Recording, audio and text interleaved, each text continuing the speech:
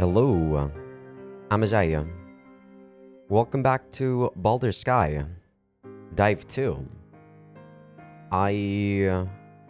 This is my second time waking up, as per usual.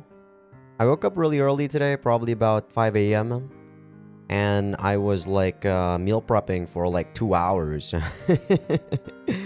But I got my lunch sorted out for the next maybe 2 weeks or something, so that's pretty nice. But yeah, I've been meal prepping a lot more lately since I have been cutting on my weight a lot, right? Right now I'm about 65.9 kilograms, and my definition has definitely increased by a lot, substantially. I don't know how much further I'm gonna cut. I'm still like eyeballing it. Right now I'm probably about maybe 14%, maybe 14.5%. Maybe I'll still go down until 13% or 12%. Because, I kind of want to look as freakish as possible during the time that I announce that I will be making the fitness channel, right? So yeah, that has been my goal for a bit. I've been doing that for the past month and a half maybe. Yeah, probably almost 2 months at this point, and I'm dropping weight quite substantially from 72 kilograms, right? So per month is about, 3 kilograms maybe? From 72. So it has been a pretty aggressive cut. But yeah, after that I ate some food and I slept again for a bit. And right now, I woke up about an hour ago at 9 a.m. And yeah, I'll be going to the gym after I'm done finishing recording this new episode for Baldr Sky. So without further ado, let me just do the last episode recap. So in the previous episode, we finished up Chapter 3, which is the remains. And in Chapter 3, we met up with Nanoha and also Chinatsu. So I don't know if the next couple of chapters we're going to be just meeting one person from the main heroines or just both of them. But in Chapter 3, we also met up with one of the things that might have been, the main antagonist of the game, which is a sort of weird version of the priest, which might also be Noin Zen if you think about it. But still, even then, I still have no idea where the hell we're at, and the game hasn't really explained that yet too. There's a lot of speculation, but I don't know. So far I still also don't have any real leads to where we're at, so I'm still lost about what the game is trying to tell me. But yeah, we just follow the same story for both Nanoha and also Chinatsu. Nanoha got implanted with the bioplant for Assembler, but for some reason, she forgot about it here. And then for Chinatsu, she came to Arvel City with the viruses and whatnot, right? And then Sora stopped her. What is weird though is the sequence of events. When Nanoha got planted with the bioplant, everything should have been at the ending.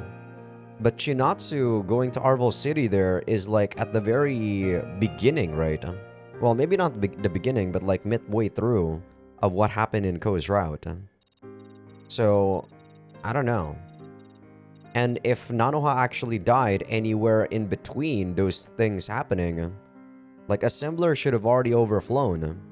So it doesn't make sense that Chinatsu, we met up with Chinatsu after that event. The sequence of events in this world is also very peculiar. It's not going in a fast in a forward motion, I think, in a forward pacing. But yeah, that was what happened on Chapter 3, and then we did Chapter 4, which is after we beat up Chinatsu and have her join us. She was still suspicious of Ko, the fact that we're actually alive, or the fact that we're a simulacra or an NPC. And judging by how Chinatsu was talking, I'm gonna guess that an agent version of Ko also happened in Sora's world. And like I said then, so this world is trying to show us that there's parallels between Ko's world and also Sora's world. The world where Sora is alive and the world where Ko is alive. But I already explained to you guys how I don't like that because Sora is not really a good enough character, a good enough main character to be able to do what Ko does. Like, I don't even think that Ko is a good enough main character with how gung-ho he is with the whole superhero act and that not being punished. But yeah, at the end, Rain and Chinatsu were like duking it out and we had to stop them. And yeah, this is exactly after that event.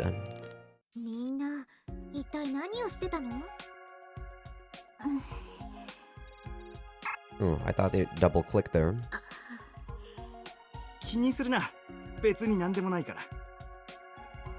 I really don't like how they were also making it into like a comedic routine too. I don't like that. And of course, the comedic routine was made by Ku/Sora. That thing that I really dislike.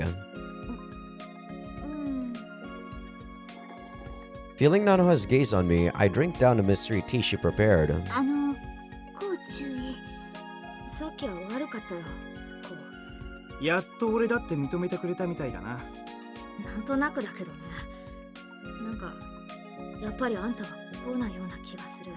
Based on the emotions that I showed, huh? So she understands now, huh? Is this the power of talking with your fists?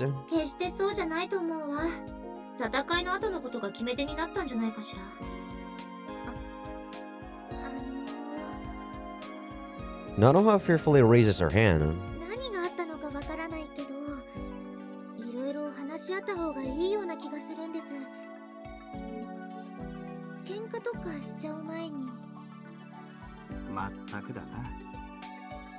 So Nanoha has an idea of what happened, huh? That's why she's worrying about us.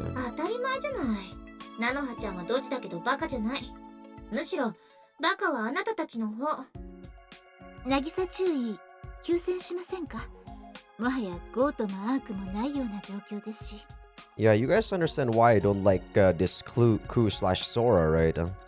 She doesn't even have anything to add in other than just insulting us here. Like, shut the fuck up. God, you are pissing me off.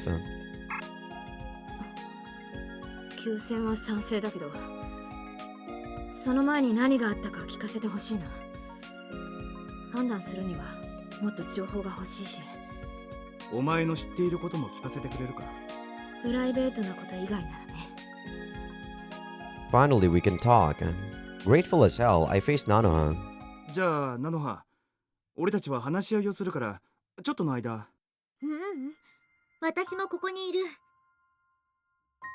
She shakes her head with a stern expression.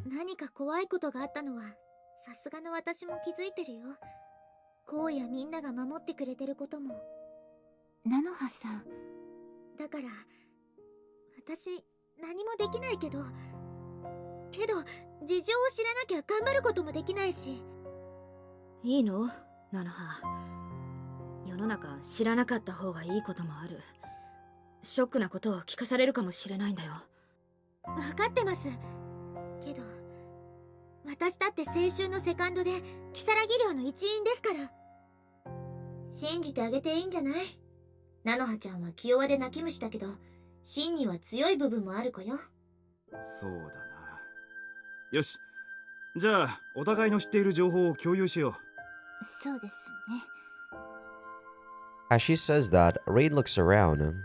Does she find it hard to talk here?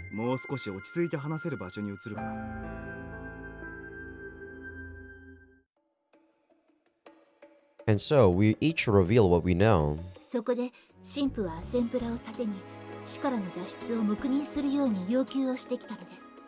Yeah, see, all of that happened like a long time ago.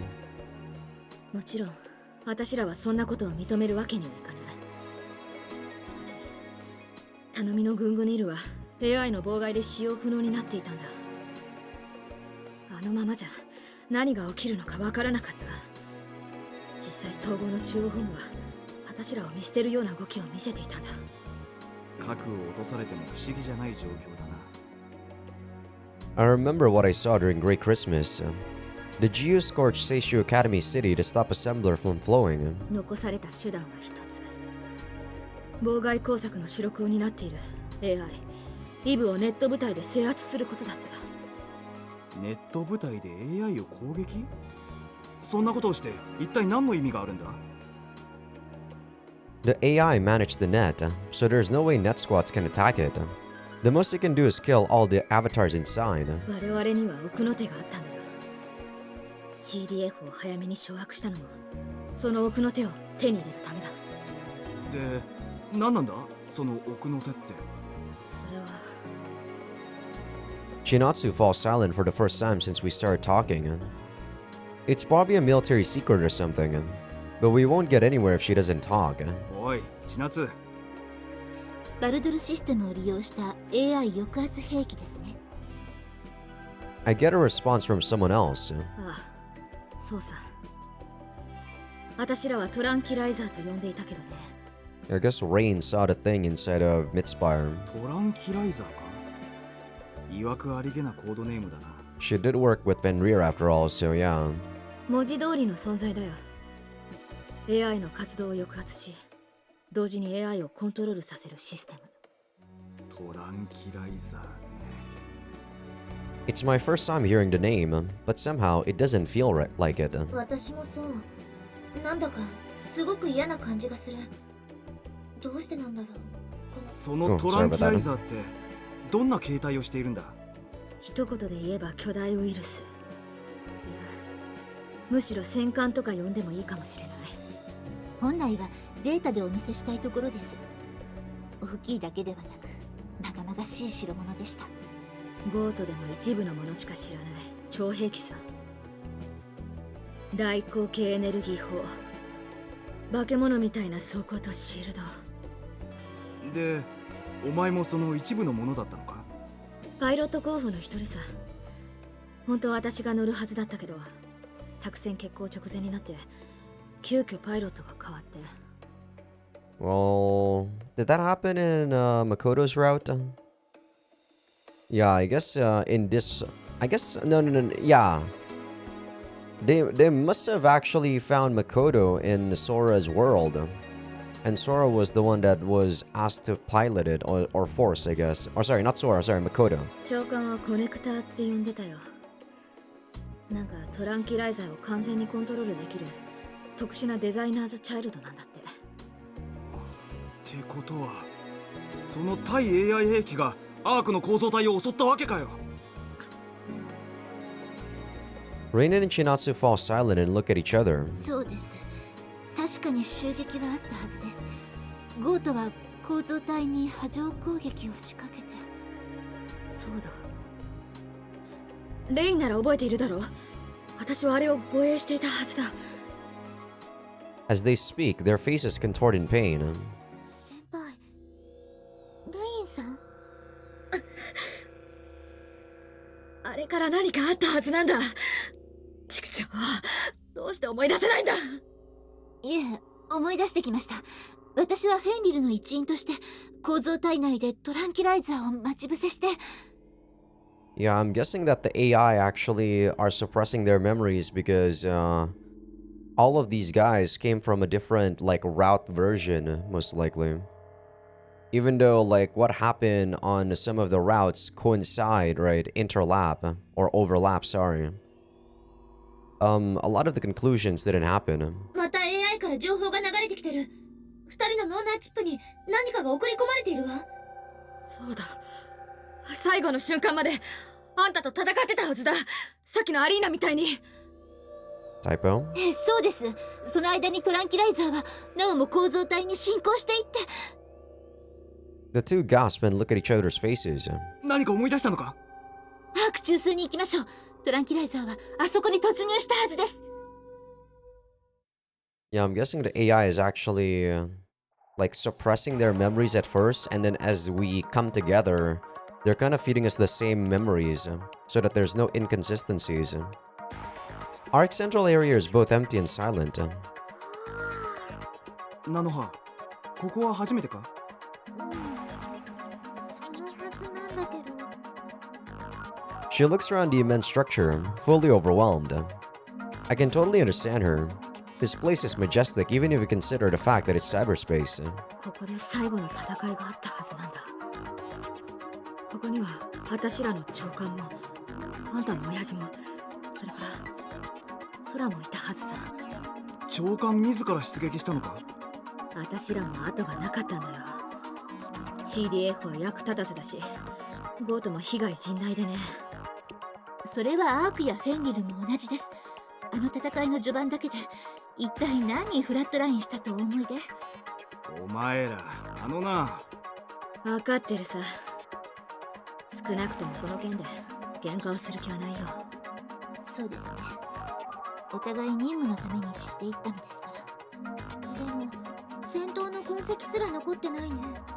きっと片付けられちゃったんだろう。現にたった数日前に俺が戦った痕跡がもうどこにも見当たらない。ここで戦闘をしたのですか？ああ、保安部隊と戦って挙句の果てに社長室の扉をぶち壊した。無茶するねあんたも。もしかしてあそこの中に落ちちゃったのかな？ Nanoha stretches her back and points deep inside the structure. There, we see a giant iris valve. だとしたらトランキライザーのパイロットは助からなかったでしょうね。そうだ。あの向こうは確か S の海だ。潜って戻ってきたやつだよね。How do you know, Ko? We line up and stare at the closed valve. As I am now, I look at it as if it was the gate to the underworld. It scares me, as if it's sealing away something really frightening. 確かに何かがいると思う。私的にはパンドラの箱って感じがするわ。 God, there are so many things in this game that's not very explained right now. Like, how the hell are we knowing all of these info? What, they're also feeding us information through the AI? Ku's image stares at the valve. Her gloomy expression reminds me of Sora. Like, what's the point of actually making us meet with these people if they're just gonna feed us information anywhere? You know? Is what I'm trying to say. さてそろそろその社長室ってのに案内してくれない？いや、 I lead everyone to Onsera's office. The office also has no signs of the hell I raised. 社長室って割にはなんか不愛想な部屋だね。おばさんというかアークの人って実用一辺倒だからな。なんか見覚えがあるよ。 Oh, sorry about that. I go stand before the console and take a deep breath. おばさん、こうです。姿を見せてくれませんか？ I wait a bit, but Onsera doesn't appear. 変だな。前はこれで現れてくれたんだけどな。もしかして私がいるからなのかな？人数が多すぎたのかも。とりあえず自前で何とかしてみましょう。 Rain stands before the console and gives her all to examine it. But a few minutes later, she raises her hands in resignation. We probably need Aku. ダメですね。管理者権限で様々なサービスがロックされてしまっています。仕掛けることはできないのか？やめた方がいいだろうな。そのコンソールは特注品だ。どんな仕掛けがあっても不思議じゃない。せめて誰か上級職員の方がいればなんとかなりそうな気がしますが。そういやアキ先輩はどうしたんだ？あの人はアークの上級職員だろ。そうだ。最後の戦いでアキネはどこにいたんだ？ Rain glances at Chinatsu, then slowly speaks up. それ注意、門倉大佐と一緒でした。トランキライザーを停止させるために。おいおい、親父の野郎、非戦闘員を前線に連れ出したのかよ。そうか。アキ先輩がそっちの切り札だったんだね。Chinatsu grimaces as she realizes something. どういうことなんですか？トランキライザーはバルドルシステムを利用しているんだ。あの先輩が過去に何をしたか知ってるだろう？そうです。アキさんはある種の論理爆弾を仕掛け、背後にあるバルドルシステムをフリーズさせようとしたのです。で、それは成功したのか？それが思い出せないわけか。はい、残念ながら。I look at Chinatsu. She raises her hands and shakes her head. つまり戦闘の結末は誰も覚えていないってわけね。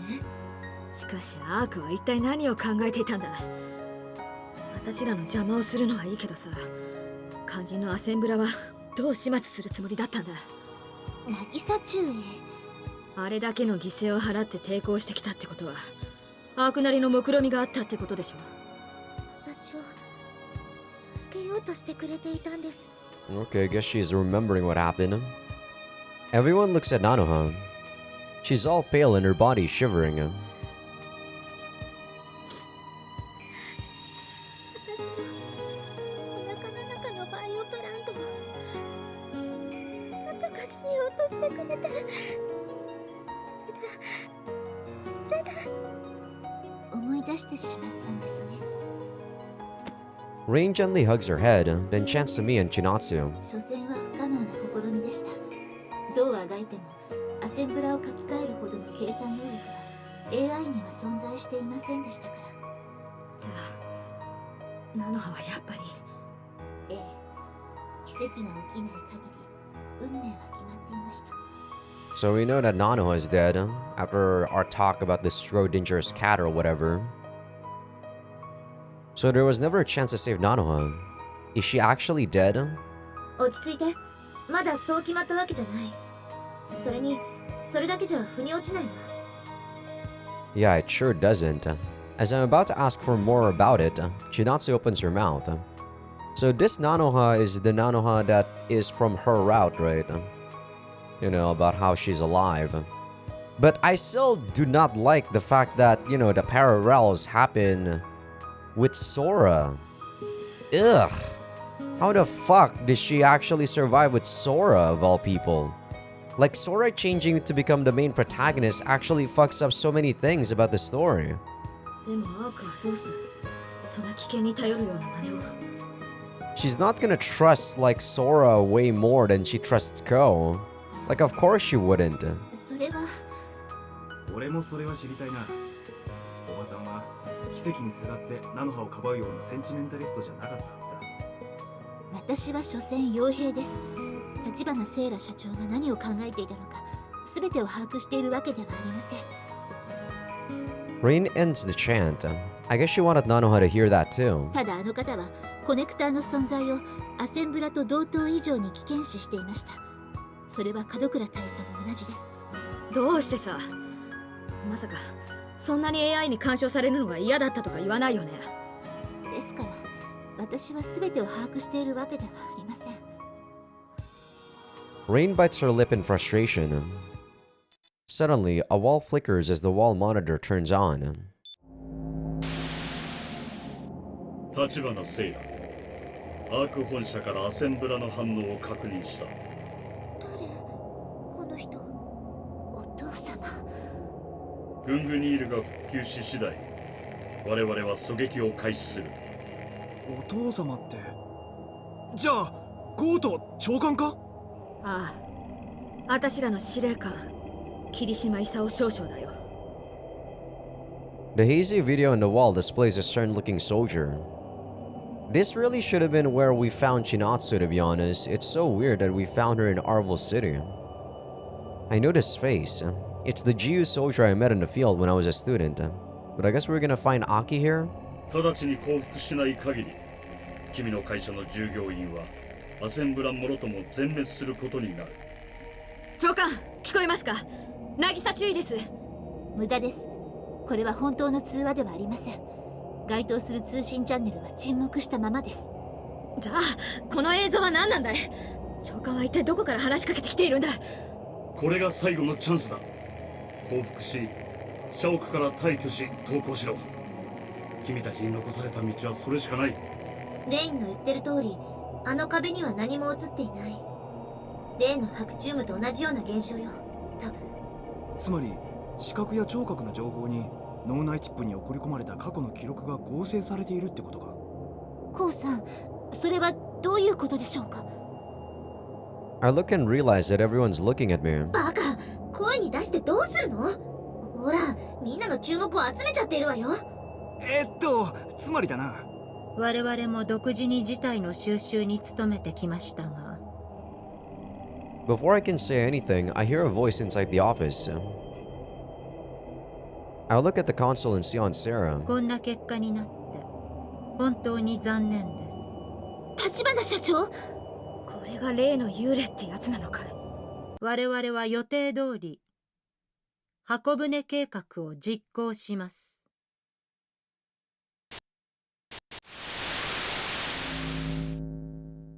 The next moment, both the video on the wall and on Sarah vanish. 箱舟計画ってなんだ？誰か心当たりはないのか？ No one says anything. The silence is making my ears ring.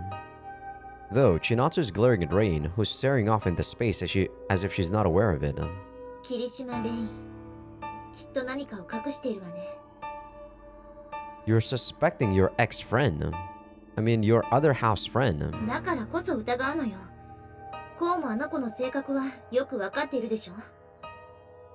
She's not exactly like the Rain I know, but they're basically the same at heart. It'd be really troublesome if Rain's hiding something, especially if it's something so bad it would shock me or Nanoha. アキ先輩なら何かしているんじゃないかな。 Nanoha raises her hand again. そうかもしれないが、問題はここにアキネーがいないことだな。だったら千夏先輩やレインさんみたいにアキ先輩を見つけてあげることはできないのかな。なあレイン、アキネーは最後の戦いに参加していたんだな。ええ、それは間違いありません。よし、この辺りを探してみよう。もしかしたらひょっこりと再会できるかもしれないしな。 We make Nanoha wait at school as we look around the structure. But even after a few hours, Aki didn't show herself. ここらで一休みしよう。 We cancel our simulacrums and stand in the passage as avatars. 成果なしですね。見込み違いだったのかもな。今日はもう引き上げるか。待って、 Chinatsu stops me with a stern voice. 今日の探索を終える前にはっきりしておきたいことがあるんだ。ねえレイン、そろそろ話したらどうなんだい。あんた何か知っているんじゃないの？何の話でしょうか。さっきの話だよ。立花社長が口にしてた箱舟計画ってやつ。そこまで絡むってことはゴートは何か嗅ぎつけているのか。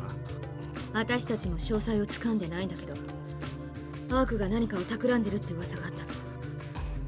それが箱舟計画ってやつ。調査によると何人ものリプがアークの施設に入ったまま行方不明になっている。そのほぼ全員が高齢者か末期の病人ばかり。うん、正確に言えばリアルボディが行方不明ね。彼らの姿が電子体として存在しているのは確認してるから。それって単にリアルボディを凍結してダイブしっぱなしになってるだけじゃないか。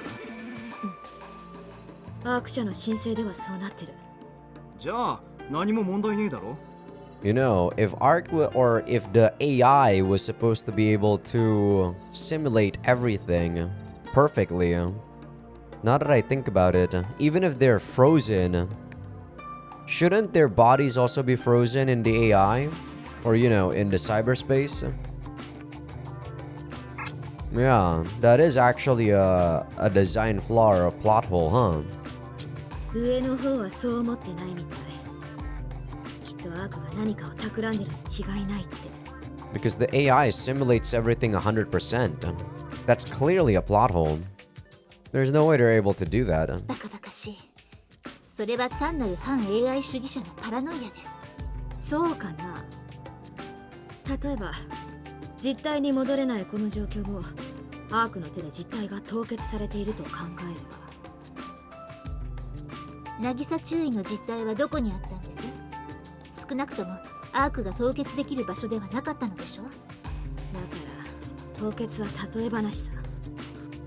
まったく、どうせならもっとまともな難癖をお願いします。 She says that in displeasure and walks away. 確かに無理があるか。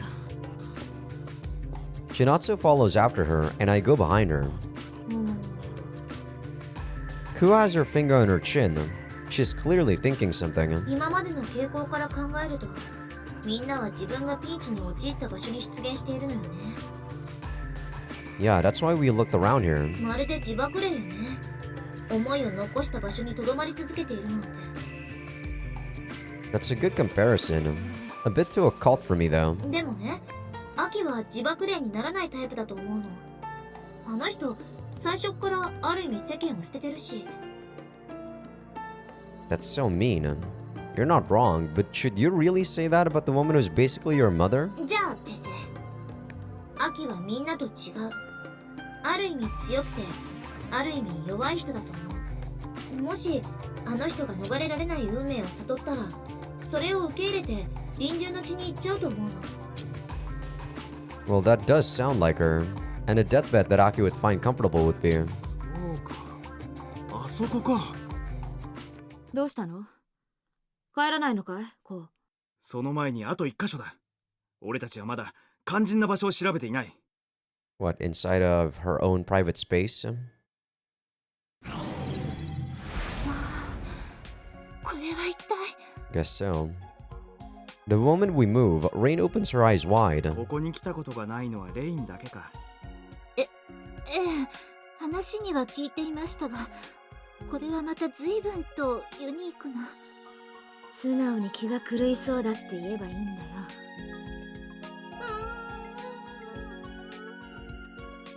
Ku's standing on her toes and stretching herself. 故郷に帰ってきた気分。Well, that's basically what it is for you. 私、やっぱり行く。私がコウの脳内彼女である確率は大きく減ったわ。No one ever thought you were. What's a tulpa? But that does increase the chances of Sora being alive, and of me being dead. 素直に喜んでおきなさい。死んだ恋人が生きてて、あなたも死んでなさそうなんだから。三方一両損みたいなものや。God, I hate you. That feels like it fits, but I'm not sure if it does. You're supposed to be cool, but you're not cool, really. By the way, if your freezing was cancelled, would you be able to recreate your avatar again? 多分ね。だから早く秋を見つけないと。Yeah, that'd be good. I'd be able to introduce you to everyone, so it'd be way better than this crazy shit we have going on. とか言いつつ、何を抱きつく姿を想像してるの。あのね、ましてやキスなんかしませんからね。再会のハグもキスもしてくれないなんてな。なんだか冷たくなったもんだよな。I come back to my senses to see Chinatsu right in front of my face. Her face is strangely red. Damn, modern cyborgs sure are detailed. 私は知らないわよ。自分で勝手にフォローしてちょうだい。あのな、千夏。She gives me a nod. Man, what's with that face? I thought she became rough to the bone, but she can still make expressions like this, huh? 異物の侵入を確認。ほら、いつまでも見とれていないで。何かが実体化しようとしているわよ。千夏、レイン、シフトしろ。何かがここにやってくるぞ。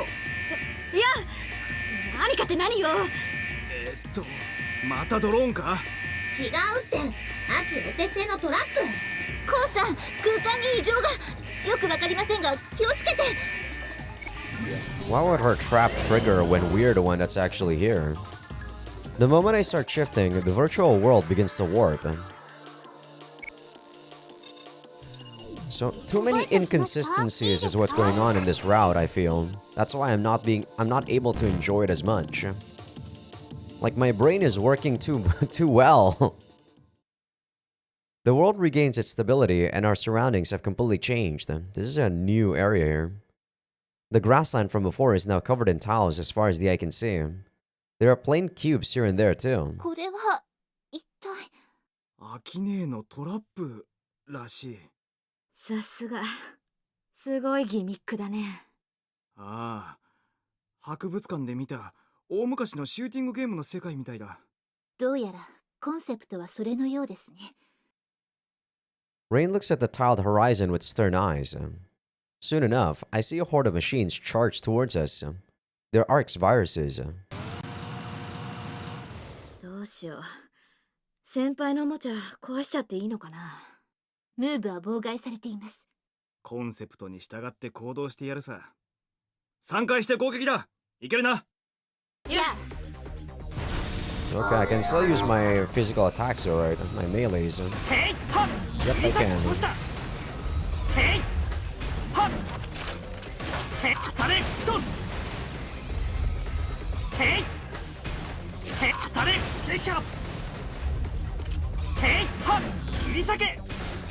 Oh, god damn it.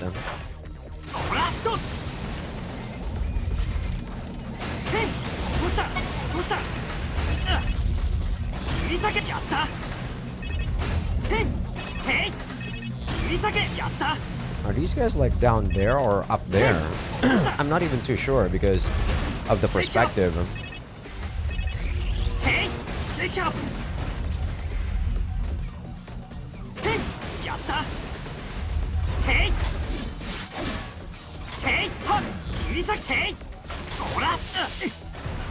What hit me?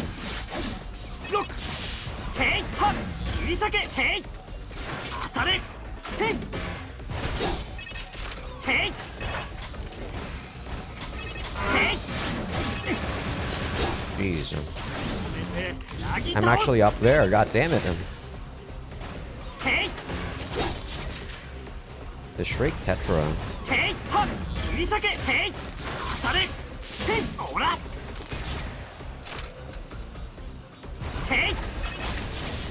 God.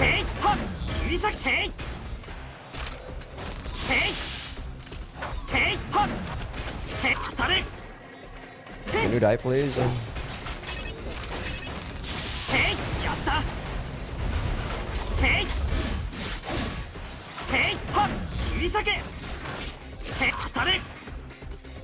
Shrike Tetra. I don't think I usually have difficulty against these guys like at all. I wonder what's going on.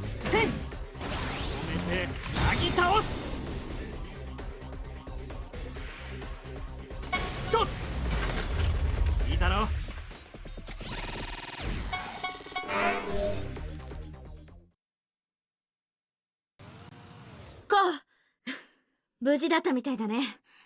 ま、心配はしてなかったけど。お前もな。ってレインは一体どうしたんだ？お二人で先に進んでください。どうやらトラップに引っかかってしまったようです。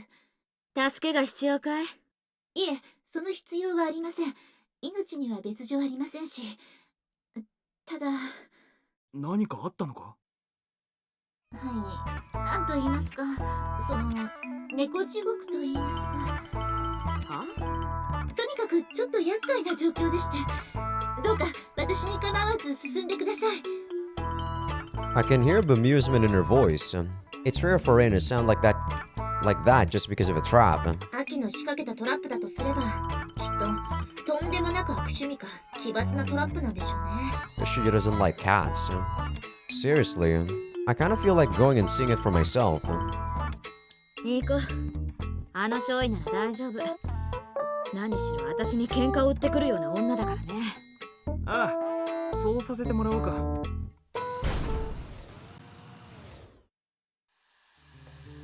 We then run through the large space, not saying anything.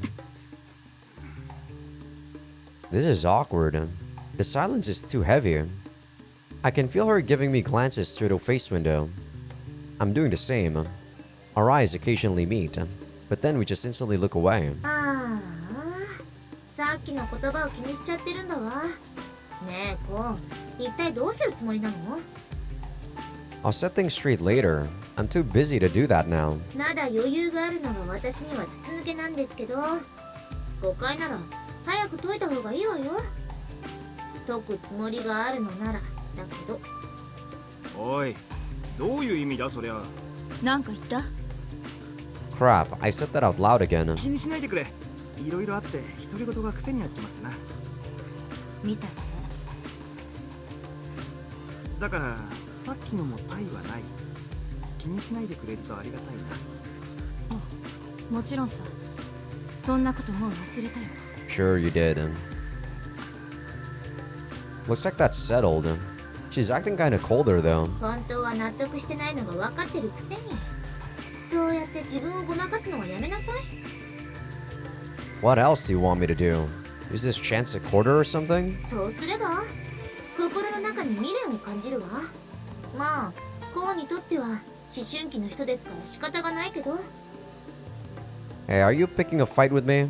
If you can read my mind, at least understand the subtleties of my heart. 別に絡んでないわよ。ただ己の心に正直になればってアドバイスしてるだけ。己の心に正直にってな。別にいいけど。ほら、また敵が来るよ。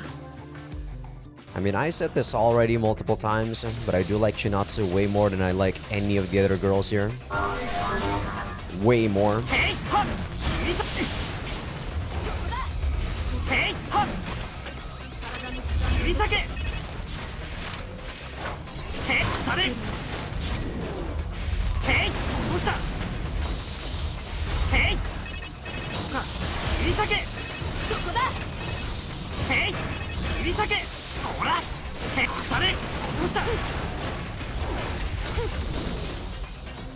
These guys are sure fast. I runner M, huh? So they're like the M version of the typical eye runners.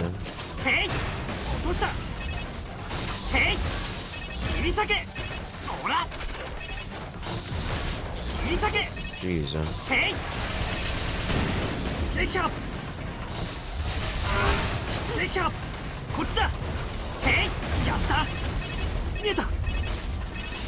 Kuroganes. Yeah, you handle that, Chinatsu. I'll handle this guy, I guess.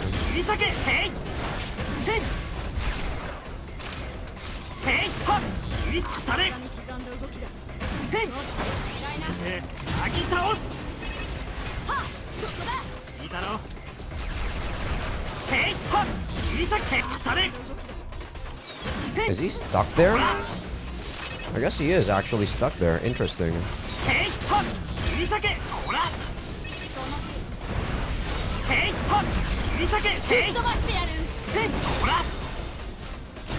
God damn it. I really wanted to kill that so that the attack actually hit the Kurogane.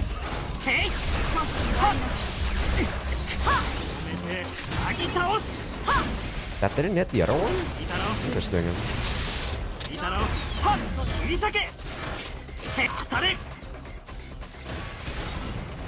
Chinatsu, wanna help me combo this guy? Thank you. You combo him first. さっさと帰りな。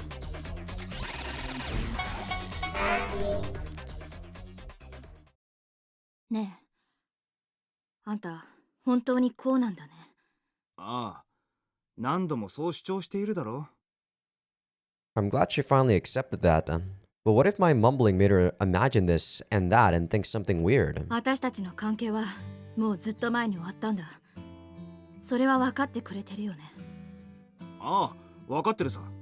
Yeah, because Ko's a retard that got influence and you know, his real emotions actually doesn't matter because he got influenced by the AI or whatever with the residence bullshit. ならいいんだけどね。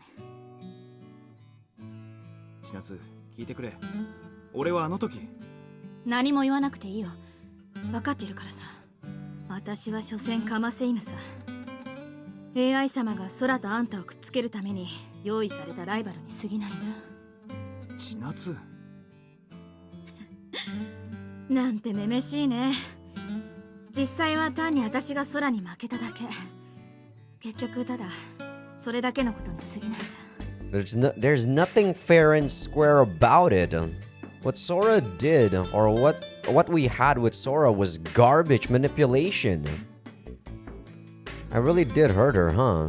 It makes me feel really bitter. すまん。償いようもないけれど、気が済むまで罵ってくれて構わない。I think that's the reason why I really can't stomach Sora. Because what we like about her, it's not even our own emotions. It's all fabricated.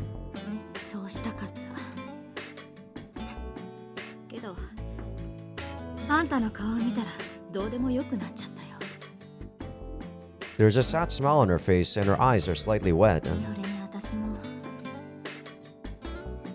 実は私ね、未だに妙な夢を見ることがあるんだ。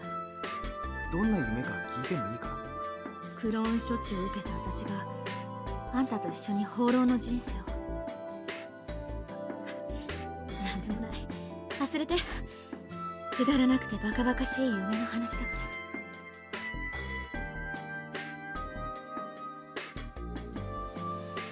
What if Chinatsu's the one with lingering feelings for me? What if that's why she's acting so cold? 他に何があるっていうの？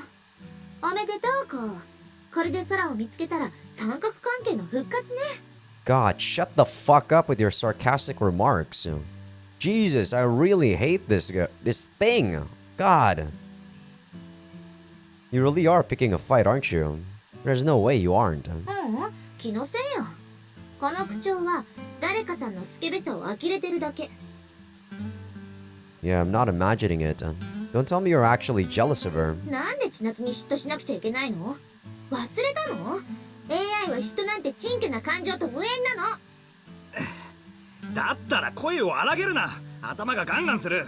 God, I hate that thing so much. こう？すまん。どうも頭の中の声がうるさくて。Holy shit, that thing is annoying as fuck. I'm this close to wanting to just mute that thing. Holy crap. そうなんだ。大変だね。Don't you sympathize with me, damn it. イエーイ、電波確定。What is this garbage? Oh my god. 設定です。 Get the fuck out of my game, bro. Jesus Christ. Where is she? Jesus Christ. What a garbage character. お前性格が変わったな。っていうか、後で覚えていろよ。卑怯者め。確かに私、卑怯かもね。あ、いや、お前に言ったわけじゃ。分かってるよ。こうは空が死ぬところを見ちゃった。少なくともそんな記憶があるんだろう。まあな。好きな人を亡くした痛みは知ってる。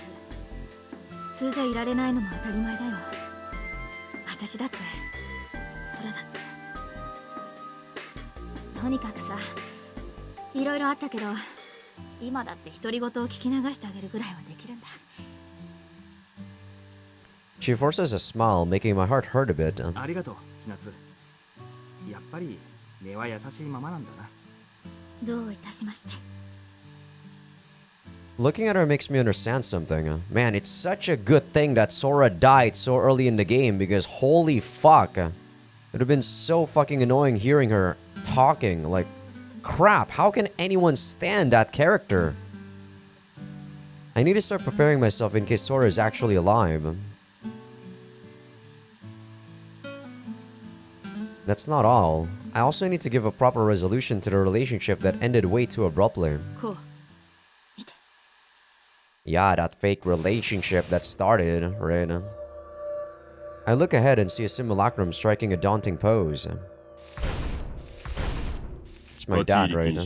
Oh, it's Mohawk. I actually thought that was my dad. ドローンじゃないな。この ID、フェンリルか？みたいだけど、こいつどこかで見覚えがある。確かに。どこかであった気がするけどな。うん。フェンリルのホットドガー。そういえば。モホークだ。どうして邪魔をする？彼女は傷ついている。眠りを覚ますな。立ち去れ。つまり、もしかしてアキ先輩を守ってくれているわけ？俺の義務だ。どうする？こう。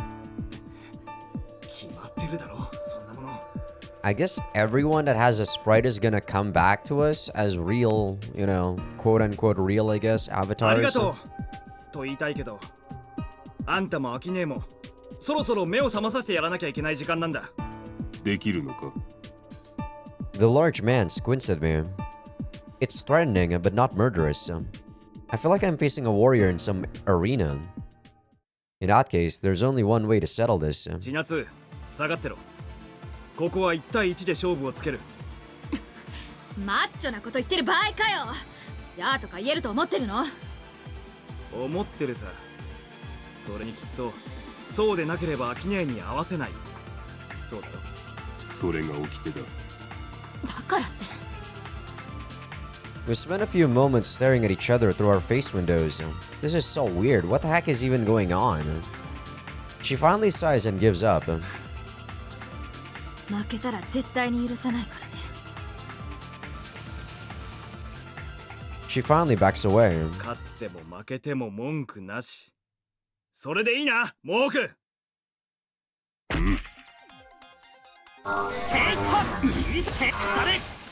I mean, yeah, I already know what I was なん gonna だよ do. これ。冗談。クレームは男のロマンだ。ふざけんなこの野郎。騒ぐな千夏。条件は対等。確かにこれはロマンだ。納得すんなこんちくしょう。心意気はよし。 What is he talking about, claymores? That thing? Those are claymores?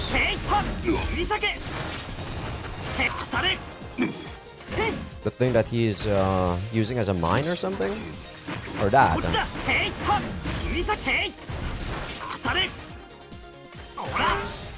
I'm not really gonna do like heart mode anymore unless it's a new boss, by the way. I feel like it's not really needed.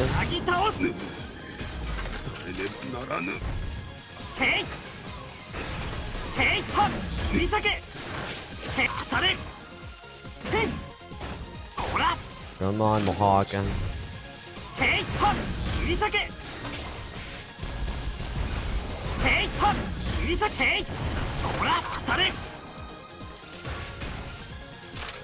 Kinda wanna finish you off with a like FC crash if I can.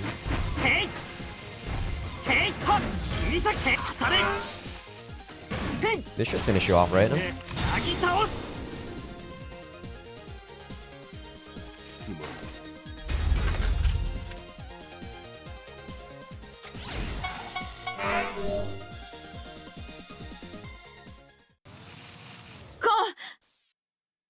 The battle ends and Chinatsu runs up to me. 無事でよかったよ本当に。まったく無茶ばっかして。心配するな。お互い殺意があったわけじゃない。I point at the floor. In place of the unit, there's a bear-like man. 起きてくれ。急所は外してるはずだ。秋を頼む。ああ。あんたがアキネーとどういう関わりがあったかは知らないが、それは任せてくれ。よし。Mohawk nods and the world starts to warp again. The next moment, we find ourselves in the previous cyberspace. どうやら障害クリアか。Chinatsu suddenly grimaces and walks up to me. Then she slaps me in the face. 無茶すんなよ。ふざけるなよ本当に。すまん千夏。よく信用して見守ってくれたな。まったく死んだらどうするつもりだよ。あんた私を2度も泣かせる気かよ。千夏。あんたを忘れるためにどれだけの代償を払ったと思っているんだよ。She grabs onto my clothes, hides her face, and shivers. This makes me realize that Chinatsu is also still traumatized by my death. 本当に悪かったな、千夏。All I can do here is place my hands on her shoulders. She might be a cyborg, but her shoulders are so slender that I find it hard to believe they belong to a hot dogger. Who watches over us in silence? Yeah, you better. 見てこう。There's a rusted iron giant standing in the virtual grassland. Though covered in countless bullet holes, it's holding up an enormous weapon, aiming it at an enemy that no longer exists. これ、モホークの機体だよな。文字通り最後まで守ってくれていたんだね。It's orangish though. I guess there was some orange in his blue color.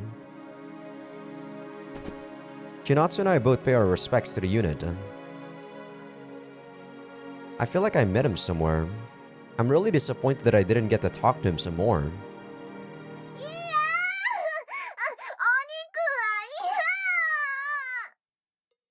Suddenly, I hear the kind of scream that kills the mood. この声レインか？行ってみよう。 The comedy bits in this, like, chapter or route is really off-putting, guys. I'm gonna put it out there. Like, it's really off-putting. Beyond the grassland, we find Rain writhing on the ground all by herself. 猫さんやめてください。私生魚はダメ。お肉もダメなんです。もう勘弁してください。お前何やってるんだ？ Rain slowly looks up, then jumps to stand on her 2 feet and salutes me. 失礼しました。どうやら敵の幻惑兵器により精神攻撃を受け、つまりブラックアイスに。精神攻撃ね。いいから落ち着けレイン。とにかく無事でよかった。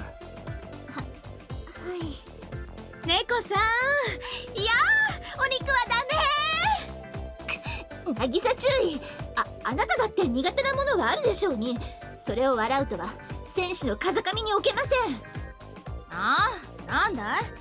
私は悪いけど、猫や刺身に悲鳴をあげたりはしないけどね。お前らやめろ。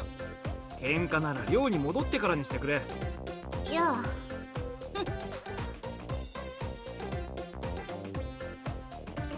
たく。やれやれだ。 Well, at least these comedy bits are pretty short.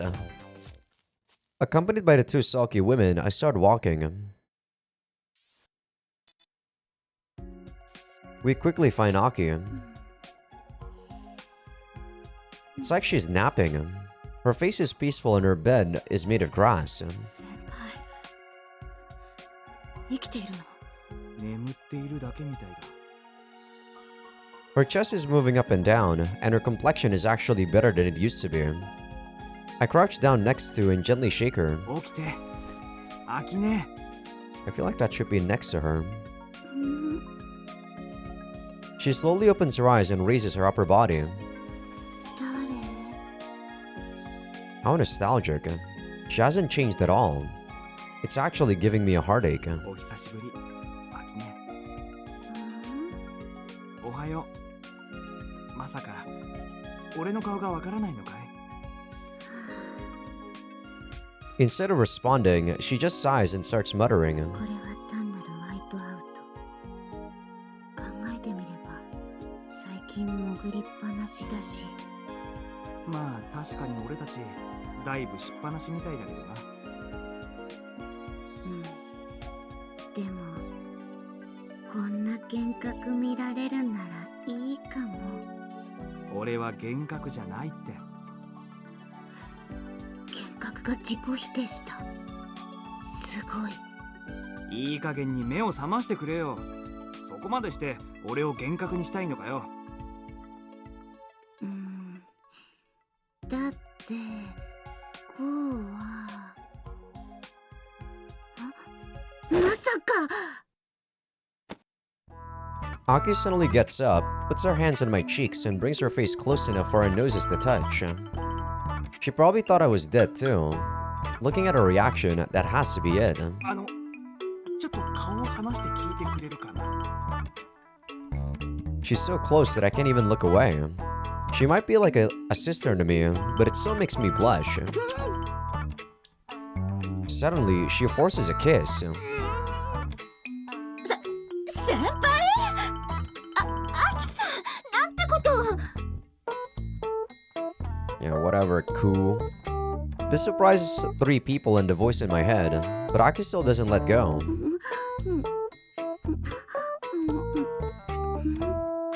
Yeah, a bit abrupt. I don't think a sister would do that, even to her dead brother. Her lips are soft. I guess kisses feel good even if it's with Aki.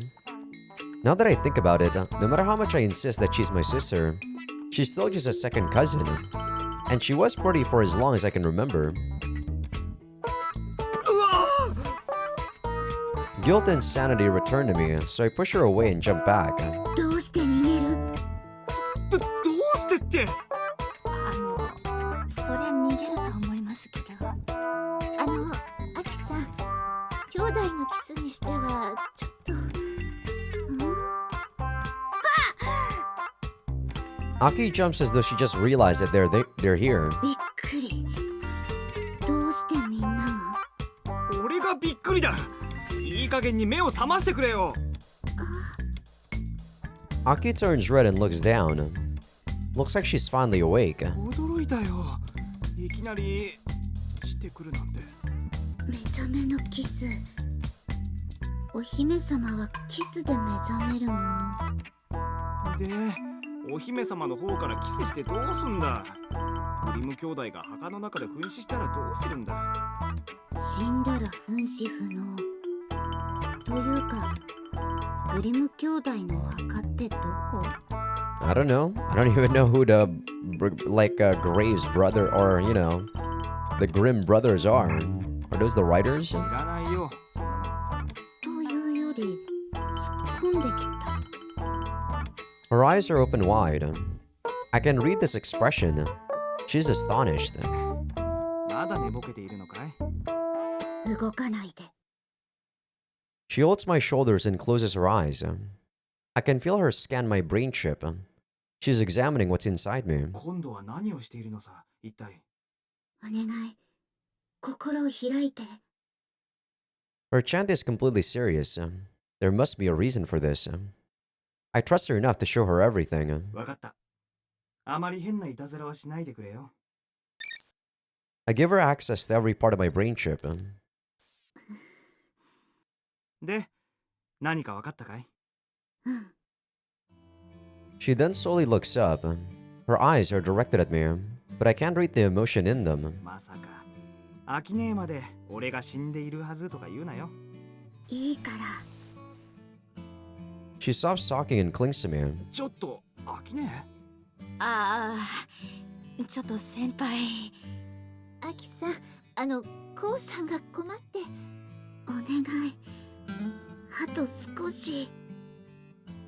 Her choked up voice makes me realize what's up. My chest is slightly wet with her tears. アキネお願い。あと3分26秒だけ。このまま。ー、わかったよ。アキネー。 Oh, sorry about that. The only ones who know that she's crying are me and Ku. What do you mean, only you and Ku? Of course they know she's crying. She's fucking hugging you and stuff. I take Aki back to the dorm where Nanoha is waiting for us. おかえりなさい、先輩。うん。ただいま。さ、アキネー。お話は後回し。言うべきことが多すぎて、考えただけで失神しそう。She doesn't seem to be surprised about the current situation or the fact that Kisaragi dorm is in a state like this. She says that like it's nothing, then suddenly faces the dorm. わあ。 She gasps as if she just realized what state the dorm's in. ご覧の通りのひどいありさまでして。中もカビとサビだらけなんです。法則が変質しているね。She listlessly waves her hand, surrounding herself in lots of screens. 困った。サービスの大半が停止している。じゃあ、アキネーでも AI に接続できないのかい？するためには手続き必要。手間がかかりそう。はでも、再起動できるんだね。あ、多分。We look at each other and smile. Aki might be just a lazy, quirky girl in real life, but here in cyberspace, she's as reliable as a goddess. でもしんどい。手間を考えたら気が遠くなってきた。頑張って。今はアキネーが頼りなんだから。うん。もちろん頑張るけど。She mutters that and looks up at the roof of the dorm. You know, I'm kind of curious about who the hell voices Sora. Like, I usually don't really associate a character's VA with the character themselves, but my goodness, Sora is fucking annoying as shit. I gotta say, she is Ruri Matsuri from Shuffle. I don't remember this girl. Who is this girl? Oh, she's from Shuffle Essence Plus. She is personal guard, okay. Yeah, I don't remember her, nor do I know her. Who else is she? She's Fina from Yoake Maiori. Brighter than the Blue Dawn or something, right? And she's also Bazette from Hollow Atraxia. I don't think I played Atraxia up until I found Bazette yet. She's Shirakawa Nanaka. I don't think I particularly dislike Nanaka from the Kapu 2. Fortune Arterial, she is Yuki Kanade? Yuki Kanade, I don't remember her at all. I only watched the anime for that too. In Chaos Head, she's Aoi Senna. I did not finish Chaos Head, sadly. Like, back when I was still trying to finish it. I had to change my PC, or change my laptop, and my, save file was gone along with it, so that was a shame. I probably will have to go back and play it at some point again. She's in WLO, and I haven't played that. Let's see, who else? In Magikoi, she's Stacy. I'm kind of okay with Stacy. In Draco Riot, she's Nicola. Yeah, the fake, the fake guy. Sujido-san, I didn't play that. Kimi no Kanojo no Kanojo no Koi, she's Miyuki. I see. Who else? Arisaka. Oh my god, she's Arisaka. She's, Mashiro's mom. And I actually like Mashiro's mom. God. So it really is just this character. I don't like the VA. This character is the one that I don't like. God, this character sucks dick. 変わらないね、あの人。でも、おかげでちょっとほっとしますよね。あ、そうだな。But something is weird. I don't know why, but her behavior is off somehow. Oh yeah. Now I realize what's wrong. Aki hasn't smiled at me once since our reunion. Don't treat my death as a fact. Well, I'm losing confidence myself, but that's all the more reason not to do that. Also, that doesn't seem like all of it. It's like she knows what's happening to me, and it's making her sad somehow. Yeah, we might actually be an AI, huh? But yeah, I probably will reactivate her voice again at the end of the episode, but my god, is she getting on my nerves. Easy for you to say. If I'm dead, then what are you? You're sharing memories with a dead person. Enough. Shut up for a second. こう Aki calls out to me. こうが最初に来た時から亮はこうだった。ああ、そうだけど。I mean, for all we know, we might actually be, co-simulacra. Right? And Ku is, Sora simulacra. So we're both the same entity or something. 腐敗の進行は That's why she's inside of リアル us. と同じ。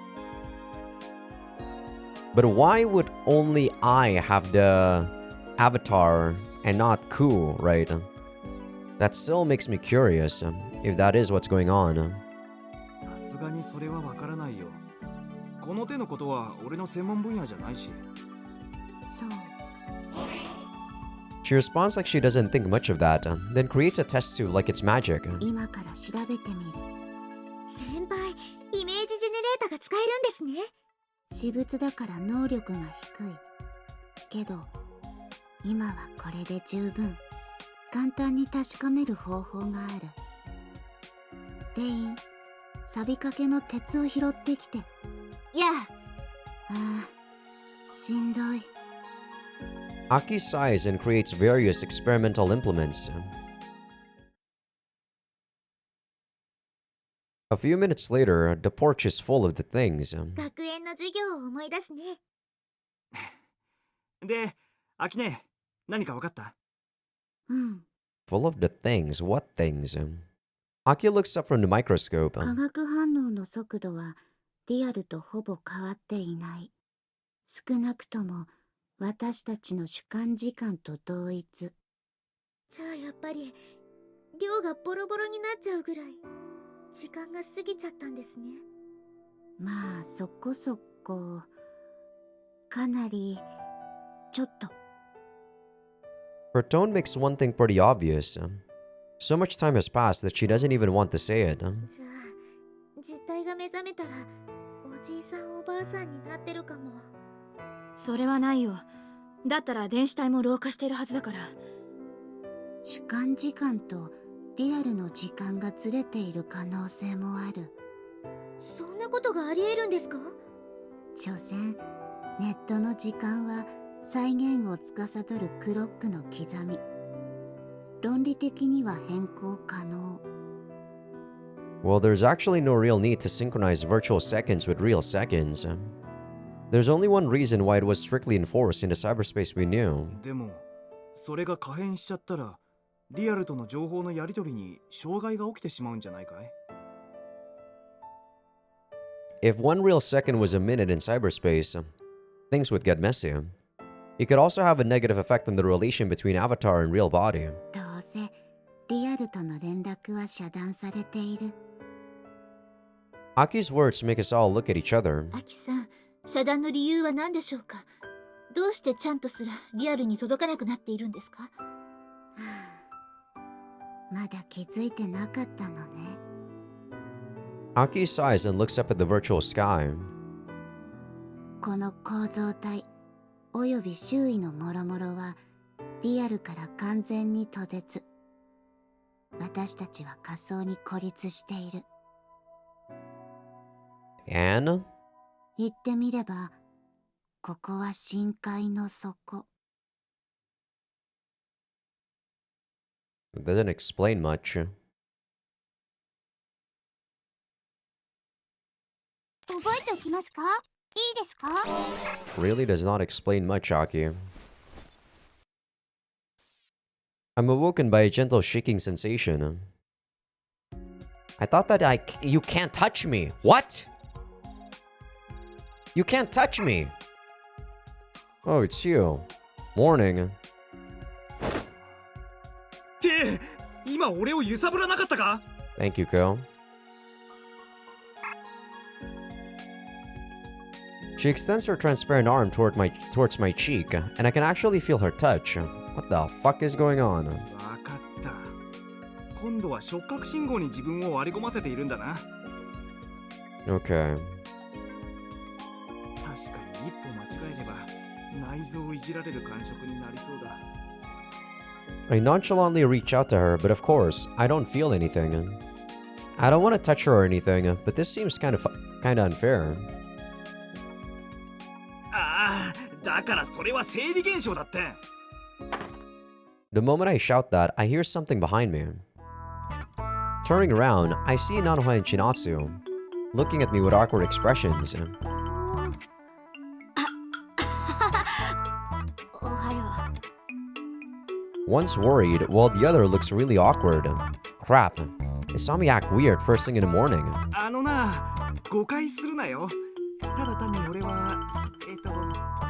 ご飯ができてるから起きてきなよ。じゃあ、なるは、行こう。 Before I can make some excuse, Chinatsu drags Nanoha away. Revenant. What is Revenant anyway? Aki's sighing helplessly while standing in front of the school. 朝からため息かい？うん。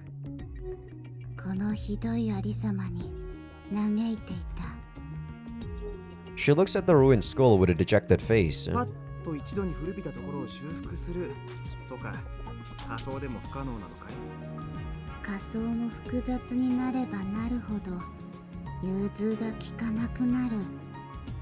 I guess what she's implying by we're at the bottom of the ocean is that we're at the very bottom of the S? エントロピーの法則その I don't know. 壊す方が作る時よりはるかに楽。確かにね。As a simulacrum pilot, I can't help but agree. すごいな。これってアキネが作ったんだよね。メインは私。みんなにも手伝ってもらったけど。それでもすごいよ。やっぱりアキネは天才だな。ありがとう。She gives me a token smile, but her eyes are strangely sad. Man, still no sign of Naoki, even in chapter 4. She's still not smiling at me the way she used to. Good point. Guess I'll do just that. どうしたのアキネ？俺のことで何か気になることでもあるのか？うん。 She places her hand on my head and looks right at me with those sad eyes. 聞かせて。こうが今まで何をしてたか聞きたい。灰色のクリスマスから今まで。ああ、結構長い話になるけどいいかい？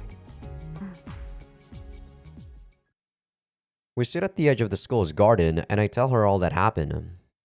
Sora was melted by Assembler. I survived alongside Rain. We started chasing after Drexler. Aki silently listens to me. She's looking to the distance and not saying anything. But I can tell that she's listening intently. 怖いほどそっくり。 Once I'm finally done, Aki heaves a sigh. 私たちの記憶の空とコウの記憶の中のコウは見事に立場が入れ替わっている。 I don't know if you guys heard that. I was actually hitting my desk because there was a mosquito. 俺もそれに気づいて悩んでいるんだ。一体どちらの記憶が正しいんだ？それは今のところわからない。 Yeah, it's perfectly swapped, but it doesn't make sense that Sora is able to become a mercenary, etc., etc. As I said, even though it's a perfect swap, some stuff doesn't make sense if Sora is the main character, as I said. I'm gonna keep pointing that out. もしかしたらどちらかが間違っているって問題じゃないかも。 Lost in thought, she says something that seems significant. アキネたちの記憶では空は生きていたんだよね。うん。多分まだ生きている。何か確証があるのかい？クーと会っているならわかるはず。シミュラクラは単独じゃ起動しない。俺にクーが話しかけてきてるって知ってたんだな。私これでもクーの作者。なんとなく見当はついた。作った時から私の制御なんか逸脱してたけど。 She looks around, typo, seemingly trying to spot Ku's invisible image. アキネには話しかけてこないのかい？あの子は凍結状態。普通じゃ対話不能。ただ凍結状態でも意識が目覚めれば脳内チップ経由で誰かとコンタクト可能かもしれない。つまりハウリングかい？ Aki nods, making a chill go down my spine. That unnatural phenomenon is happening again? Ku talks to me while giving me a sensation of her hands on my shoulders. You could ask Aki about that if you were reactivated. アキネ、クーの本体のありかを知らないかい？それも調べなきゃいけないことの一つ。いろいろ調べる必要がある。法則もいろいろ修正されているかもしれない。いろいろ山積みすぎて頭痛い。誰か変わってほしい気分。頑張って。今はアキネが頼りなんだから。頑張る。She nods while still looking at me with sad eyes. 最後に一つ聞いていい？どうして俺をそんな悲しい目で見るんだい？こう。Instead of answering, she just embraces me. アキネの記憶でも俺はやっぱり死んでるの？信じなかった。Yeah, I guess I am. コウが戻ってくると信じて作った。 Aki clings to me but doesn't look up at me. Something's not right. She used me as a body pillow many times in the past, but this embrace is somehow different. Feeling like I must, I embrace her back. そして俺が戻ってきた。こうして会えたのはアキネのおかげかもしれないね。 Yeah, she definitely knows something about this Ko. もう寝る。今までずっと寝てたのにまだ寝るのかよ。うん。眠りは最後の避難場所。起きたら頑張る。だから今は。わかったよ。今はおやすみ。ありがとう。 Still hugging me, Aki soon starts to sleep. I gently support her, making sure not to wake her up. Her warmth and bittersweet scent are nostalgic to me. It reminds me of something more than just her. Oh yeah, this is how I felt back when Mom hugged me while I was still little. I don't know why, but Ku's voice seemed to have a hint of envy. In the afternoon, we take Aki to the center of the structure. 確かにここで最後の戦いがあった。うん。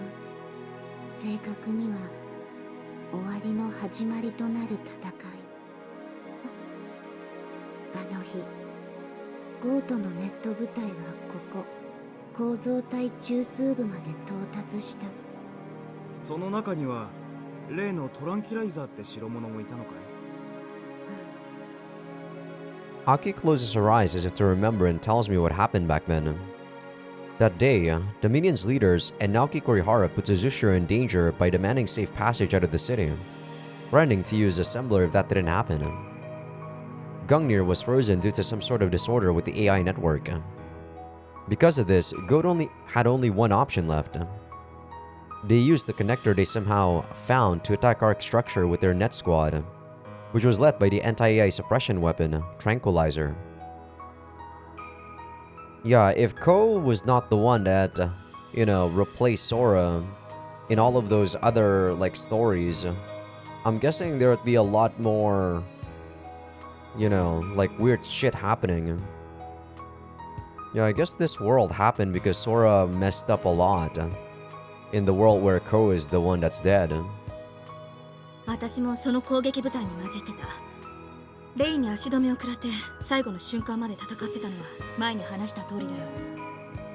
セイラ社長はトランキライザーをここにおびき寄せ、テンリルとアーク保安部隊で猛攻。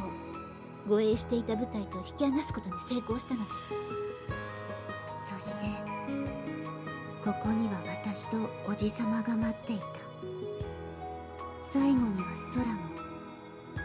おじさまがおとりになって私が仕掛け、トランキライザーを一時的に停止させることに成功した。一時的ってことは結局止められなかったのかい？うん。状況は最悪。トランキライザーにイブが影響を受けまくり、一時停止したトランキライザーはパイロットの狂乱で暴走。いつ再起動するかわからない状況。おまけにドミニオンまで乱入。私たちを邪魔しに来た。そこでおばさまは最終手段に踏み切った。She stops talking, looks everyone over, sighs, and continues. アーク本社の完全破壊による事態収拾。グングニールの制御はまだかろうじて AI の手にあった。空港にいたドミニオン幹部とアーク本社を狙い撃ちにしようとした。じゃあ私らが来なくてもアーク本社は自爆してアセンブラを始末していたってこと？渚注意。 Rain raises her voice. Chinatsu covers her mouth and looks at Nanoha. ごめん。私がアークにいたから。だだからみんなを巻き込んじゃったんですか？ Probably. 違いますよ。あれは私たち全員の総意で行ったこと。菜の葉さんには何の責任もありませんよ。そう。菜の葉が気に病むことは何もない。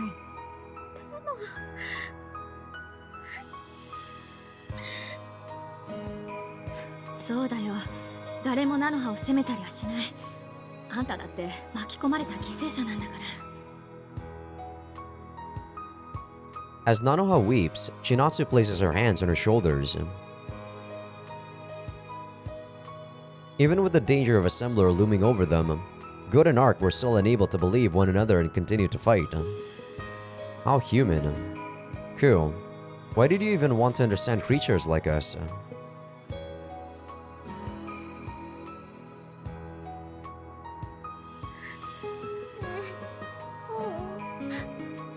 っぱり私たち死んじゃってるのかな。まだそうと決まったわけでもないさ。アキネ、さっきしようとしたって言葉を締めてたよな。そう。結末がどうなったか知らない。誰か覚えてる人いる？ No one says anything. I guess no one here remembers. どうしてわからなくなってるんだろう。でも鈴代でアセンブラが流出しちゃったのは確実じゃない。鈴代市のデータベースには記録が残っていたんだろう。でもあの記録が正しいとは限りません。あの鈴代市を作ったのが誰かも分かっていませんし。あれってアキネが作ったんじゃないの？少なくとも作った記憶はない。でもあの町は変。一体誰がどうしてアセンブラ被害の様子を再現したんだろう。 The AI, damn it. 確かにあの都市を再現した者はアセンブラで破壊された鈴代市を見ているわけですから。鈴代氏がアセンブラで滅んだんだとしたら再現したのは他の誰かってこと。いずれにしても目的は不明ですね。わからないことに無理やり結論を出す必要ない。現状では調べる術も限られている。 Aki opens up some windows. All the screens are showing errors. 嫌になっちゃう。相変わらず AI とうまくコンタクトできないみたいだね。もしかしてまだこの底にトランキライザーが沈んでいて AI を抑圧しているのかもしれない。 I mean, that kinda makes sense. アキネ、そのトランキライザーに関するデータは何かないのか？うん。私も読んでほしくてデータを集めていたとこ。こう、千夏。今から渡す情報を読んで。菜の葉も。私もですか？そう。これは全員に関わる問題だから。 She sends data into my brain chip. Tranquilizer. A weapon using Noinzen's Dark Legacy. A system that binds the AI to human will. The system has two cores.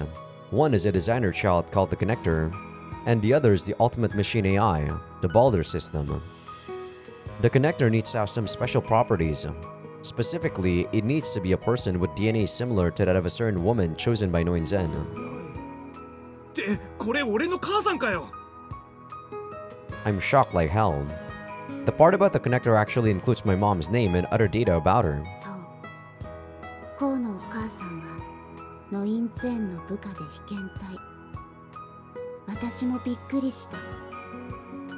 コネクターに適合するのはコウさんのお母様とノインツェンが残した遺伝子情報から製造されたデザイナーズチャイルドたち。その一人が Makoto? その一人が水月誠だって？ Mm-hmm. 誠ちゃんがどうして？ As they're responding to our surprise, Aki speaks about that day again. あの日、私が最後に見た光景は愛イリスバルブが開き、トランキライザーが沈んでゆくところ、機体には最後まで空が取り付いていた。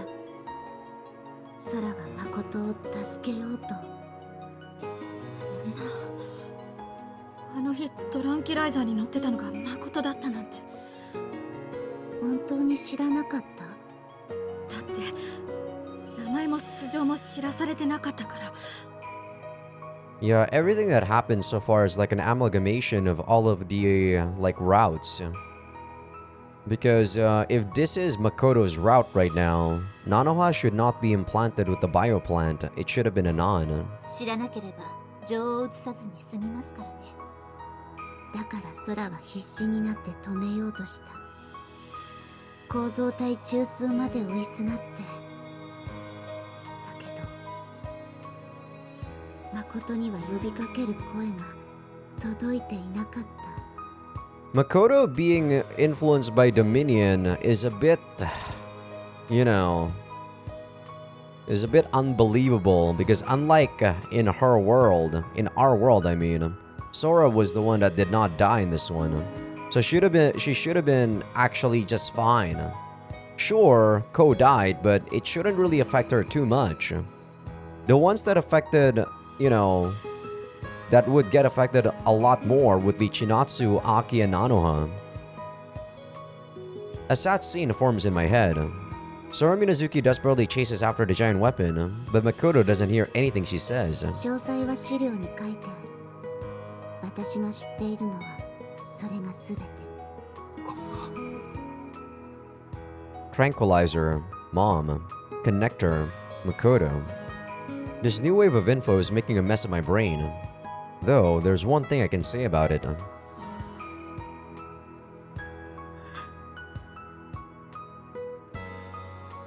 Everyone's looking down at the iris valve. It's closed shut as though hiding the truth of it all. トランキライザーが抑圧してる。だったら潜って止めてくれば AI の機能が回復するんじゃない？しかし S に潜って戻ってきた者はいませんよ。もしトランキライザーがまだ活動しているならなんとかなるかも。ネット空間は観測に反応して形成される。意識のある存在がいるならその周囲に空間が形成されているかもしれない。じゃああそこにソラ先輩や誠ちゃんがいるかもしれないんですか？ Everyone looks at me. Sora and Makoto might have sunk there. This might be a chance to meet them again. I try to use the idea to raise my spirits, but it doesn't really work. Thanks for the analysis again. Guess I'll just hold off thinking about it until I find her. 誠ちゃんや空はここに来ていたんだね。うん。だったらまずはこの辺りから探してみないか。賛成です。もしかしたら S まで潜らなくてもアーク構造体の真相で見つかるかもしれません。私も賛成。寮のメンツが欠けたままじゃ寂しいしね。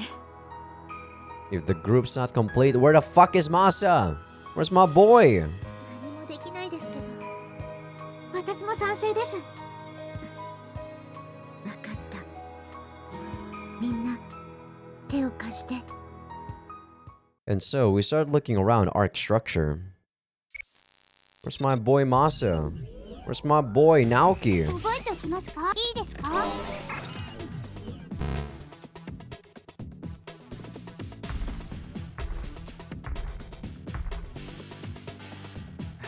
とは言ったものの、ここはやたら広いよな。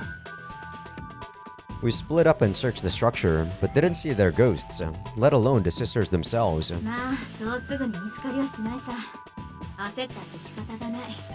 ここは捜索範囲を絞った方がいいかもしれません。アキさん、ドミニオンが潜伏していた場所は記録に残っていますか？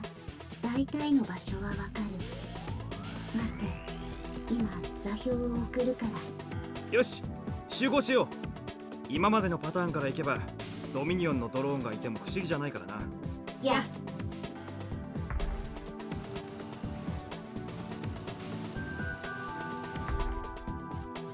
As I hurry to the rendezvous point, I hear Aki talk on the comms. まずないと思うけど、トランキライザーが現れたら逃げて。んなにヤバい代物なのか。それってシュミクラムの蛍光兵器で戦うのはまず無理だ。手法の一撃でアークは構造体外壁に大穴を開けられました。真正面から戦ってもまず勝ち目はありません。 I mean, I can't deny that thing one-shot me with that. お前らが言うならそうなんだろうな。 Yeah, actually. It might seem arrogant, but I'm confident I can beat it.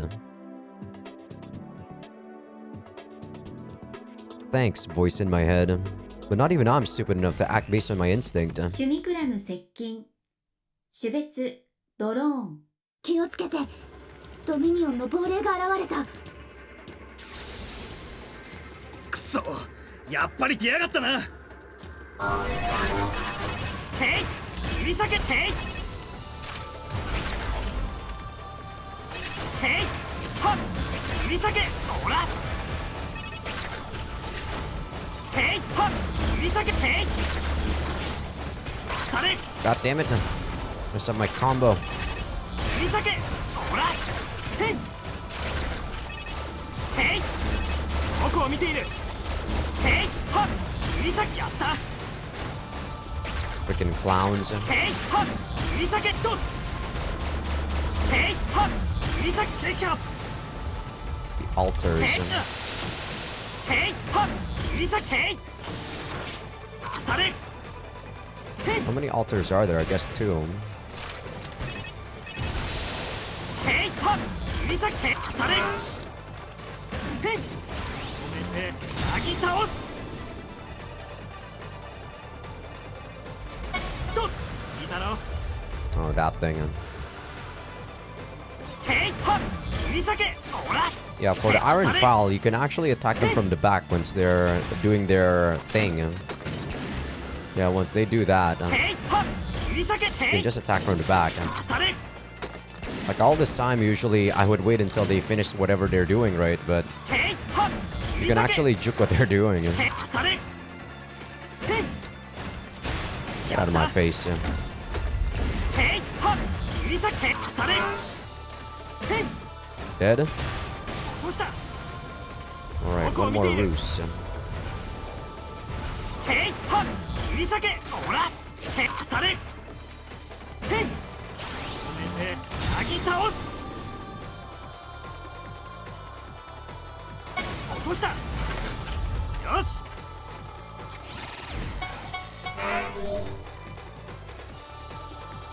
みんな、無事か。ああ、これぐらいじゃなんともないよ。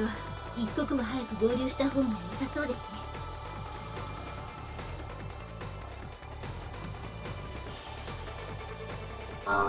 More? Alright. てい、はっ、指先、ほら。て、当たれ。へん。 More iron files. てい、はっ、指先。てい、ほら。こっちだ。てい、はっ、と。てい、はっ、指先。止めて、なぎ倒す。撃破。いいだろう。 Alright, iron file, come over here. てい、はっ、指先。ほら。て、当たれ。へん。 Come on, Yuga. てい、はっ、指先てい。 God damn it. 当たれ。てい、はっ、指先。てい、どうした。てい、はっ、指先。て、 Sentence zone. 当たれ。へん。 Damn it. てい、はっ、指先。て、当たれ。へん。止めて、なぎ倒す。と。てい。僕を見ている。 Where's that 僕 guy? を見ている。て、 Damn you altars. こっちだ。てい。てい、はっ、指先。て、当たれ。へん。 God damn it. Could have killed that in one こっち hit. だ。てい。と。てい。こっちだ。てい。 Come on, てい、 altars. はっ、指先。て、当たれ。へん。ほら。てい。だ。へいはっ切り裂け。へいほら。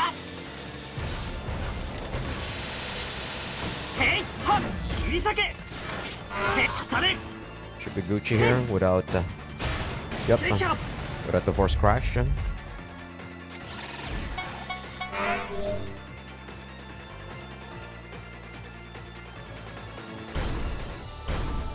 か無事合流できましたね。電子体反応です。こちらでも確認した。すぐそばに誰かいる。誠ちゃんか、それとも空か。わかりませんけど確かなのはこのハッチの向こうに電子体の反応が。ドローンの反応は見当たりませんが、ジャミングされている可能性もあります。とにかく開けてみるしかないね。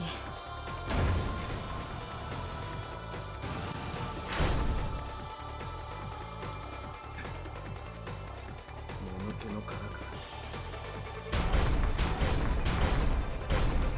I wouldn't say that's empty, ど Ko. うやらモルグの蓋を開けちまったみたいだね。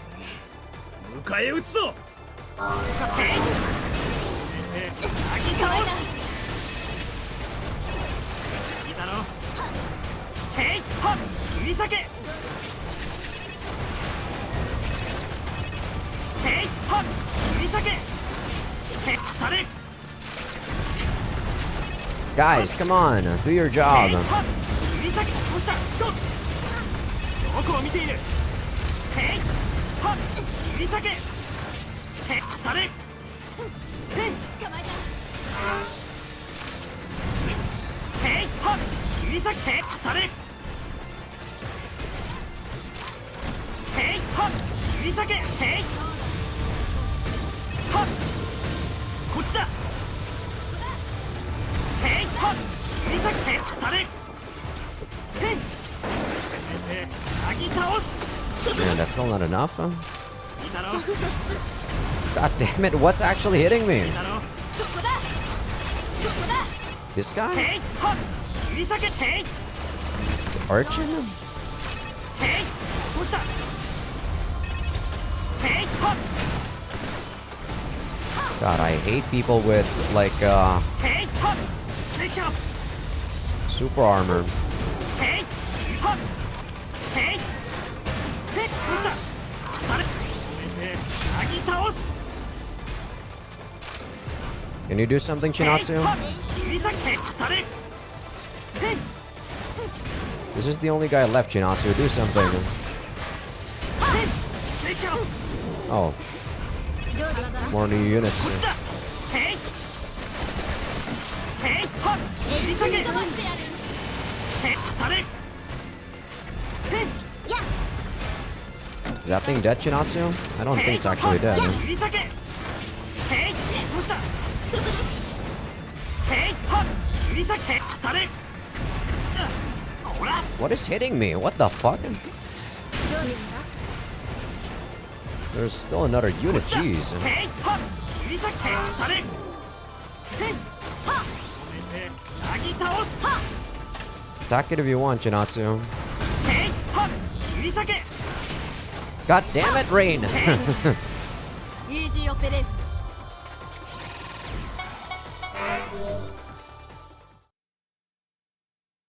レイン電子体反応は。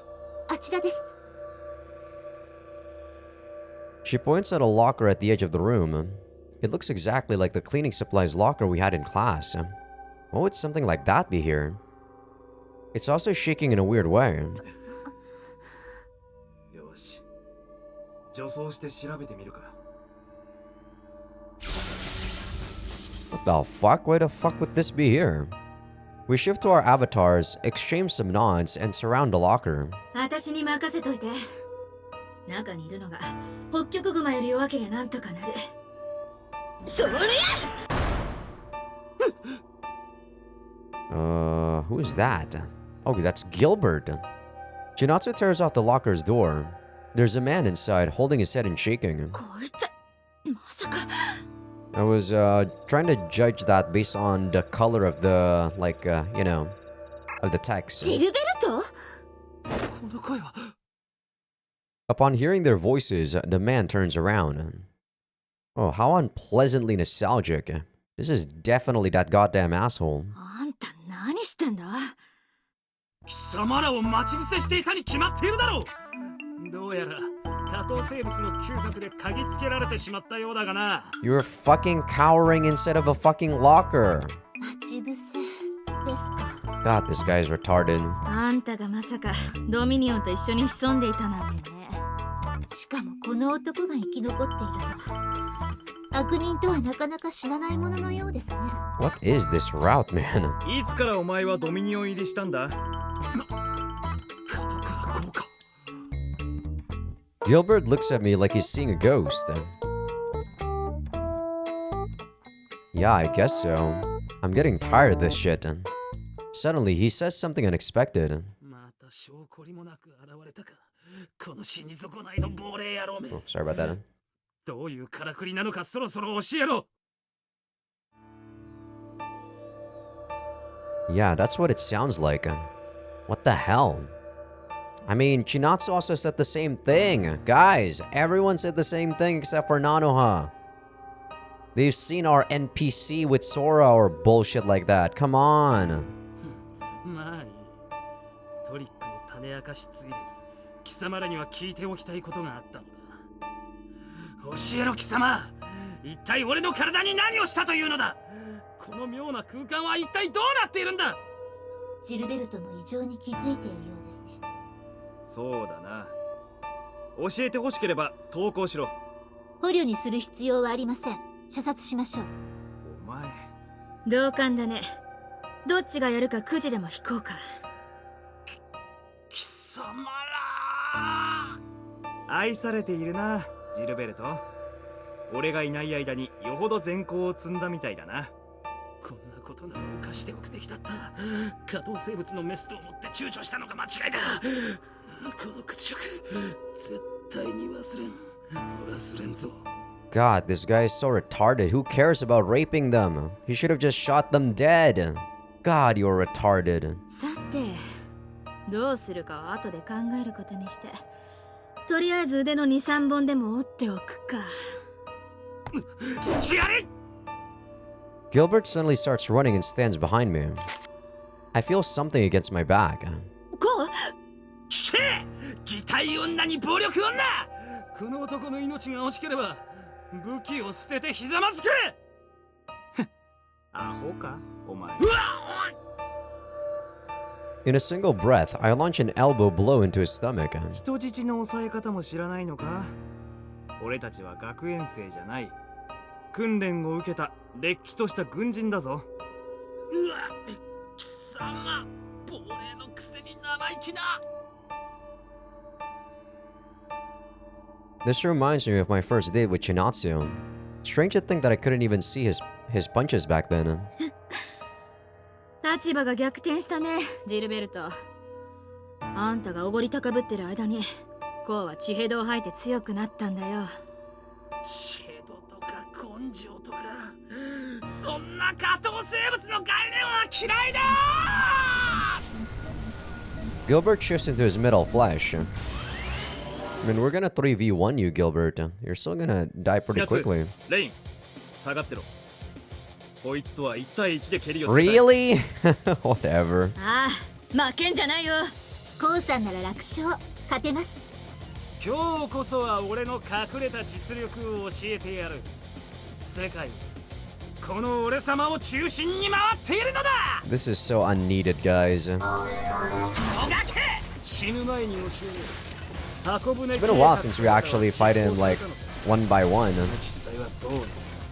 小舟計画。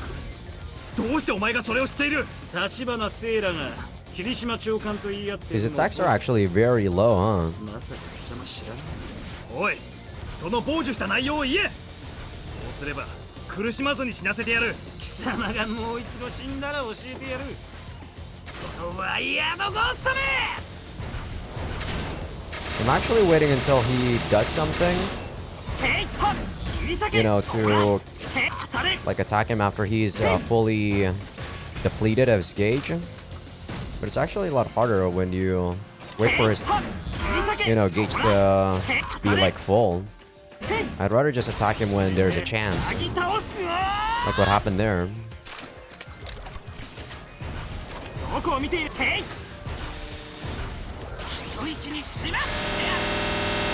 don't know what the hell he's even doing there.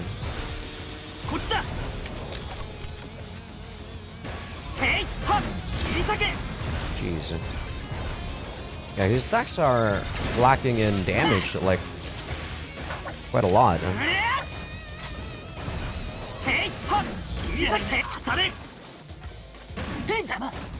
He really should have just been using his mine attacks, right? I really like he should have been just using those. Wow, we killed him? I mean, we don't know. Sometimes even if they blow up, we actually do not kill them. I destroy Gilbert's unit and he falls to the floor. それが隠された実力か?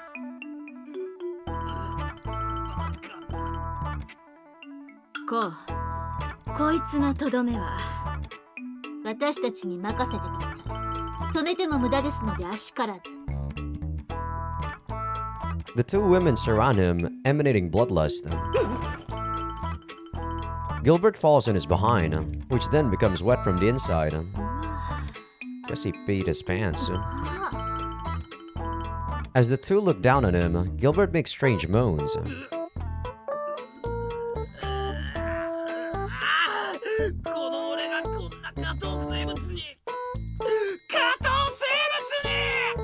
Was this even needed? This is so weird. As though he went insane, he takes something out of his pocket. It's a sphere about as large as his grasp. なんだ、自爆か? 違う。こいつウイルスシードを携帯してやがる。工作員がよく使う手口だよ。 Yeah, I don't think he has the guts to actually blow himself up. The moment Chinatsu shouts that, Gilbert throws the object in his hand to the ground.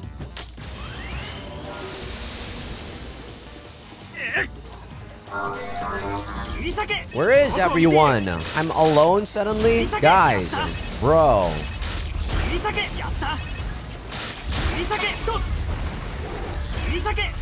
Very nice, guys. I'm suddenly alone, huh? Oh, these guys are more HP versions of them.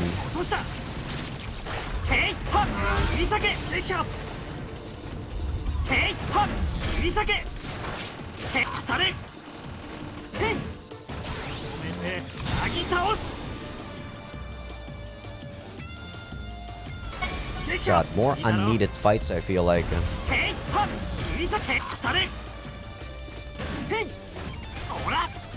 Gotta remember, guys, this isn't a full, like, visual novel.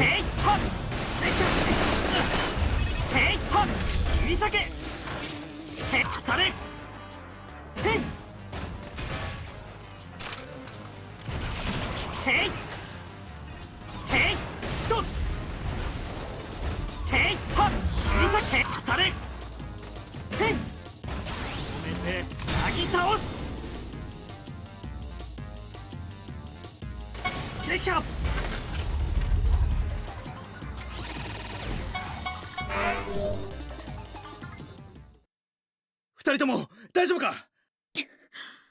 ああ、私らは何ともないけど。申し訳ありません。ジルベルトに逃げられてしまいました。お前たち可動生物に関わってる暇はないのだ。せいぜい悔しがるがいい。 I hear a vexed and vexing voice from somewhere in the distance. アキネ、そっちで追尾できるかい? ごめん。ムーブされちゃった。厄介なのは生きてたもんだね。同感です。 Chinatsu and Rain look at each other before sighing. しかし、なんであいつはロッカーなんかに隠れてたんだ? どうせこの状況に怯えて隠れてたんでしょ。言うだけ番長のあいつらしいよ。おそらくそんなところでしょうね。 They sure don't have a high opinion of him. Well, I'm 100% with them though. The day ended, but we find neither Makoto nor Sora. Come night, we return to the chapel. お疲れ様。今お茶を入れますね。いや、そのお茶は勘弁ね。安心してください。イメージジェネレータで作った緑茶ですよ。 I think we'll probably end the episode after we're done with this node, that node event. Man, yeah, that Gilbert one is so unneeded though. What a weird, like, event. All smiles, Nanoha runs to the portable stove at the edge of the room. It's surrounded by lots of daily necessities, making the sacred place feel really homey. 大丈夫。マザーは気にしないはず。そうだね。むしろ喜んでくれるかもしれないな。I sit down on the floor and take another look at the documents Aki sent me. Makoto is actually the connector that Noinzen left in this world. Once linked to Sushiro's Baldr, she becomes an anti-AI weapons terminal that enforces human will onto the AI network, suppressing and taking control of them. あの誠ちゃんがね。私も信じられなかった。 I nod and keep reading. Noinzen's human experiments involve lots of trial and error. He created and disposed of many designer children with various genetic modifications. No one knows just what he was trying to create. Before he could succeed, Noinzen was exposed and committed suicide when cornered. Only one designer children survived, and the girl didn't seem to have the potential to be the connector. That was Noim. All the others he was growing had already been disposed of by Noinzen. Seeing the abandoned failures makes him feel really unpleasant. ひどいもん。 Makes me? Yeah, me. 人間をおもちゃか何かと勘違いしていないか。ノインツェンはある意味人じゃないから。顔写真すら残ってないけど、なんだか醜悪な姿をしてたっていうよね。 After he died, all the eggs he modified were supposed to be disposed of. However, some of them were taken to South America and grown in a secret facility. There are no records for what happened afterward. Whatever plot that was planned there ended with the facility blowing up, and the truth stayed within the darkness. I'm gonna guess there's probably like plots in South America or blah blah blah. That's like all of those other Baldr games out there. Probably a spin-off. Looks like this is the incident Fenrir was involved with.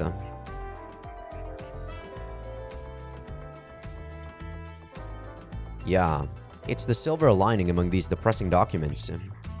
After the things cooled down post-incident, my dad took two girls, returned here, and handed them over to an ARC-owned facility. その子が誠ちゃんと空先輩なんですね。 I see, so that's the backstory of those two then. じゃあ、まさか空もコネクター？ Potentially, because they were the same entity before, right? それはないはず。空と誠が遺伝子的に姉妹と言って間違いないことだけは確か。でも空にはコネクターの素養はなかったみたい。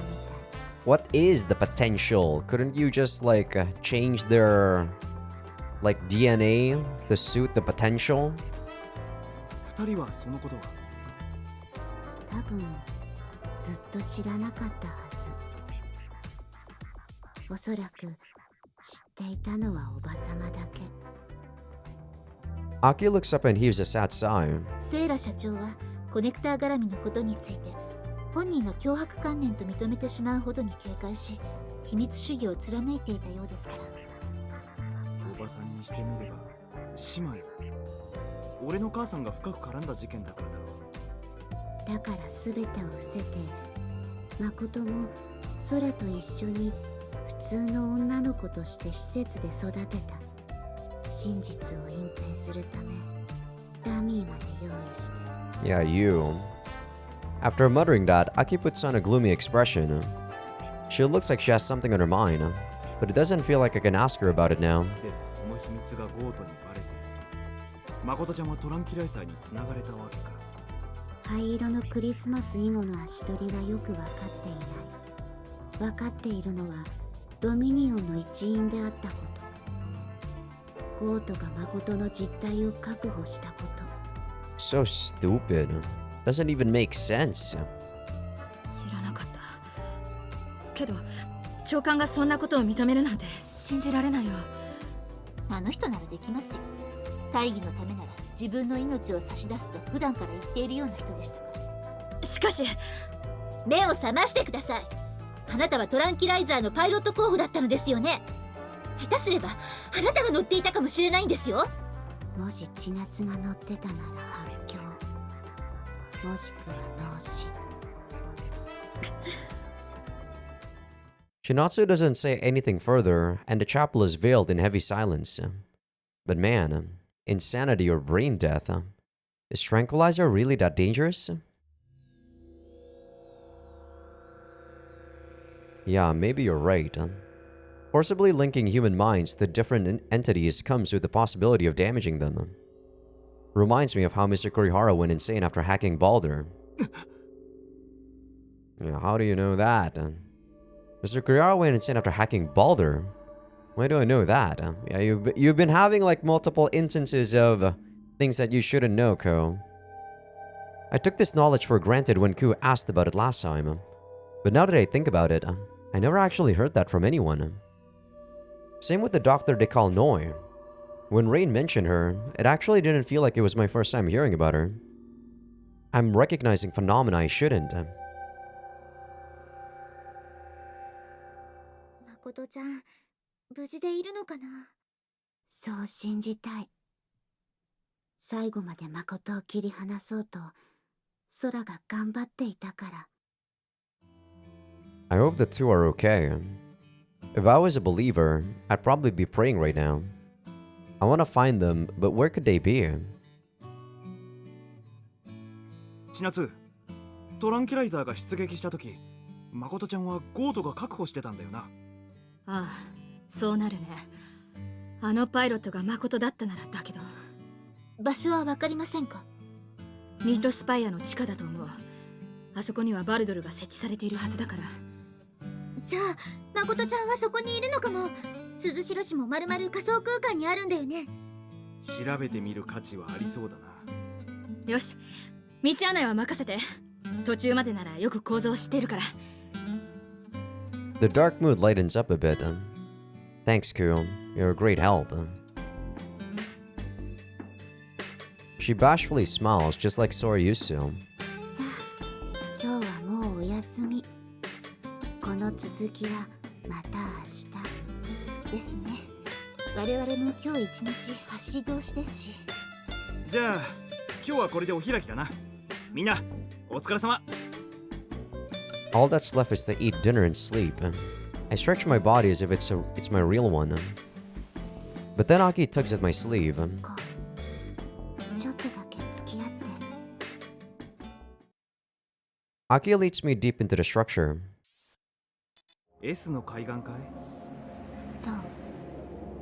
ここから先は AI の S。まるで三途の川というか、あの世との境目みたいな光景だね。似たようなものかも。ここから先、仮想空間は形を成していない。I stare into the great chaos. VR is born through people's observation.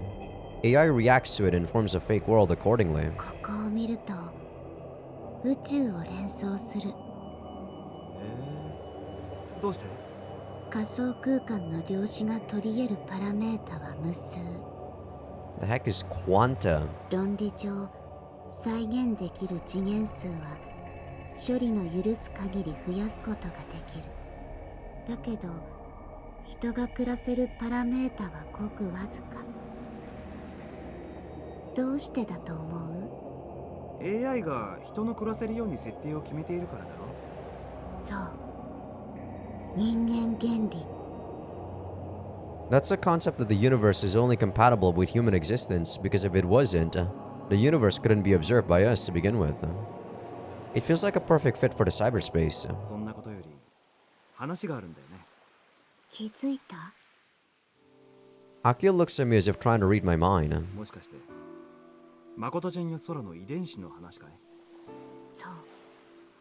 誠や空は半分はあなたと同じ遺伝子。いわば義理の兄弟か。いとこ、あるいははとこぐらいの可能性もある。ベースになる遺伝子はこうのお母さんだけじゃないから。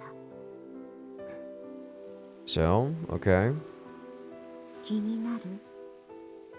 I take a moment to think. 「Makoto and Sora weren't born from my mom and dad, but we're still genetically similar enough to be siblings. It doesn't bother me whatsoever. 覚えておきますか？いいですか？ Like, why should I even care about this?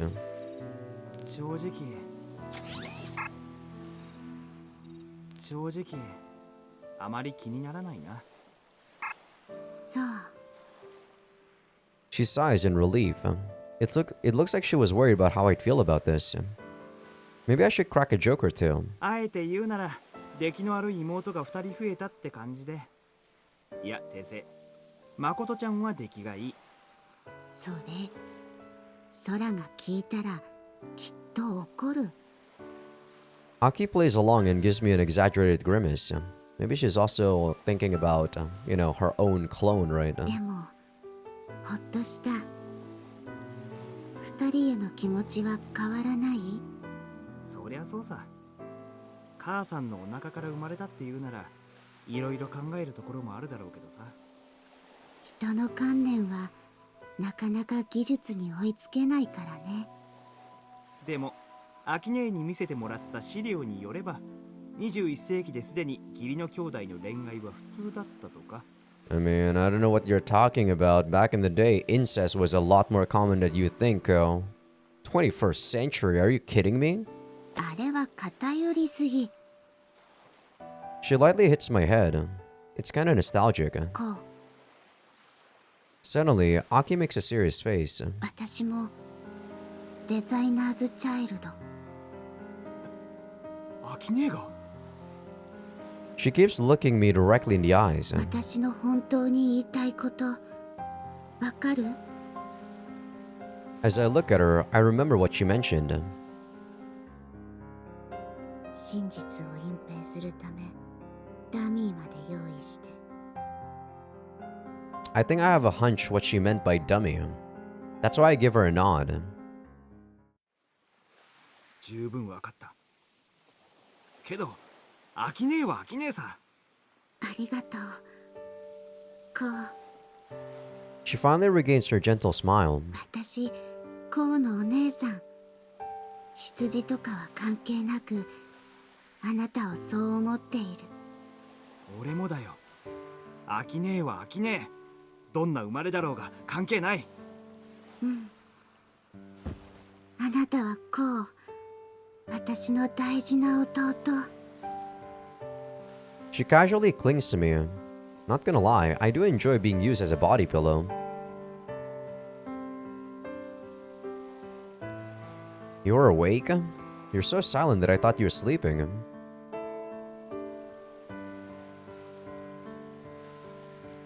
Ku looks into the horizon.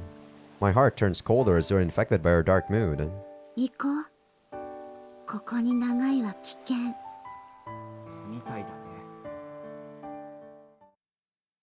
End of the node. There we go. You're not gonna morning. Well, you are gonna morning me on the next episode, Sora. But yeah, with that said, I think this is gonna be a good time for me to call it an episode. 覚えておきますか？いいですか？ I feel like this episode, other than us getting like Aki, not much actually happened. That bit with like Gilbert was very nonsensical in my opinion. But it is what it is. We're learning a bit more about the world, I guess. But I guess we're not really gonna learn too much until all of us are here. The fact that there was Mahawk and Gilbert really was curious though. Like, why would they be here? We weren't really thinking about them whatsoever. But I guess we'll see. Like, Mahawk was probably just there because that was what happened when he was protecting Aki or something. That was basically his final stand or whatever, maybe. With Gilbert, we'll have to see what happens with him on the next episode, though.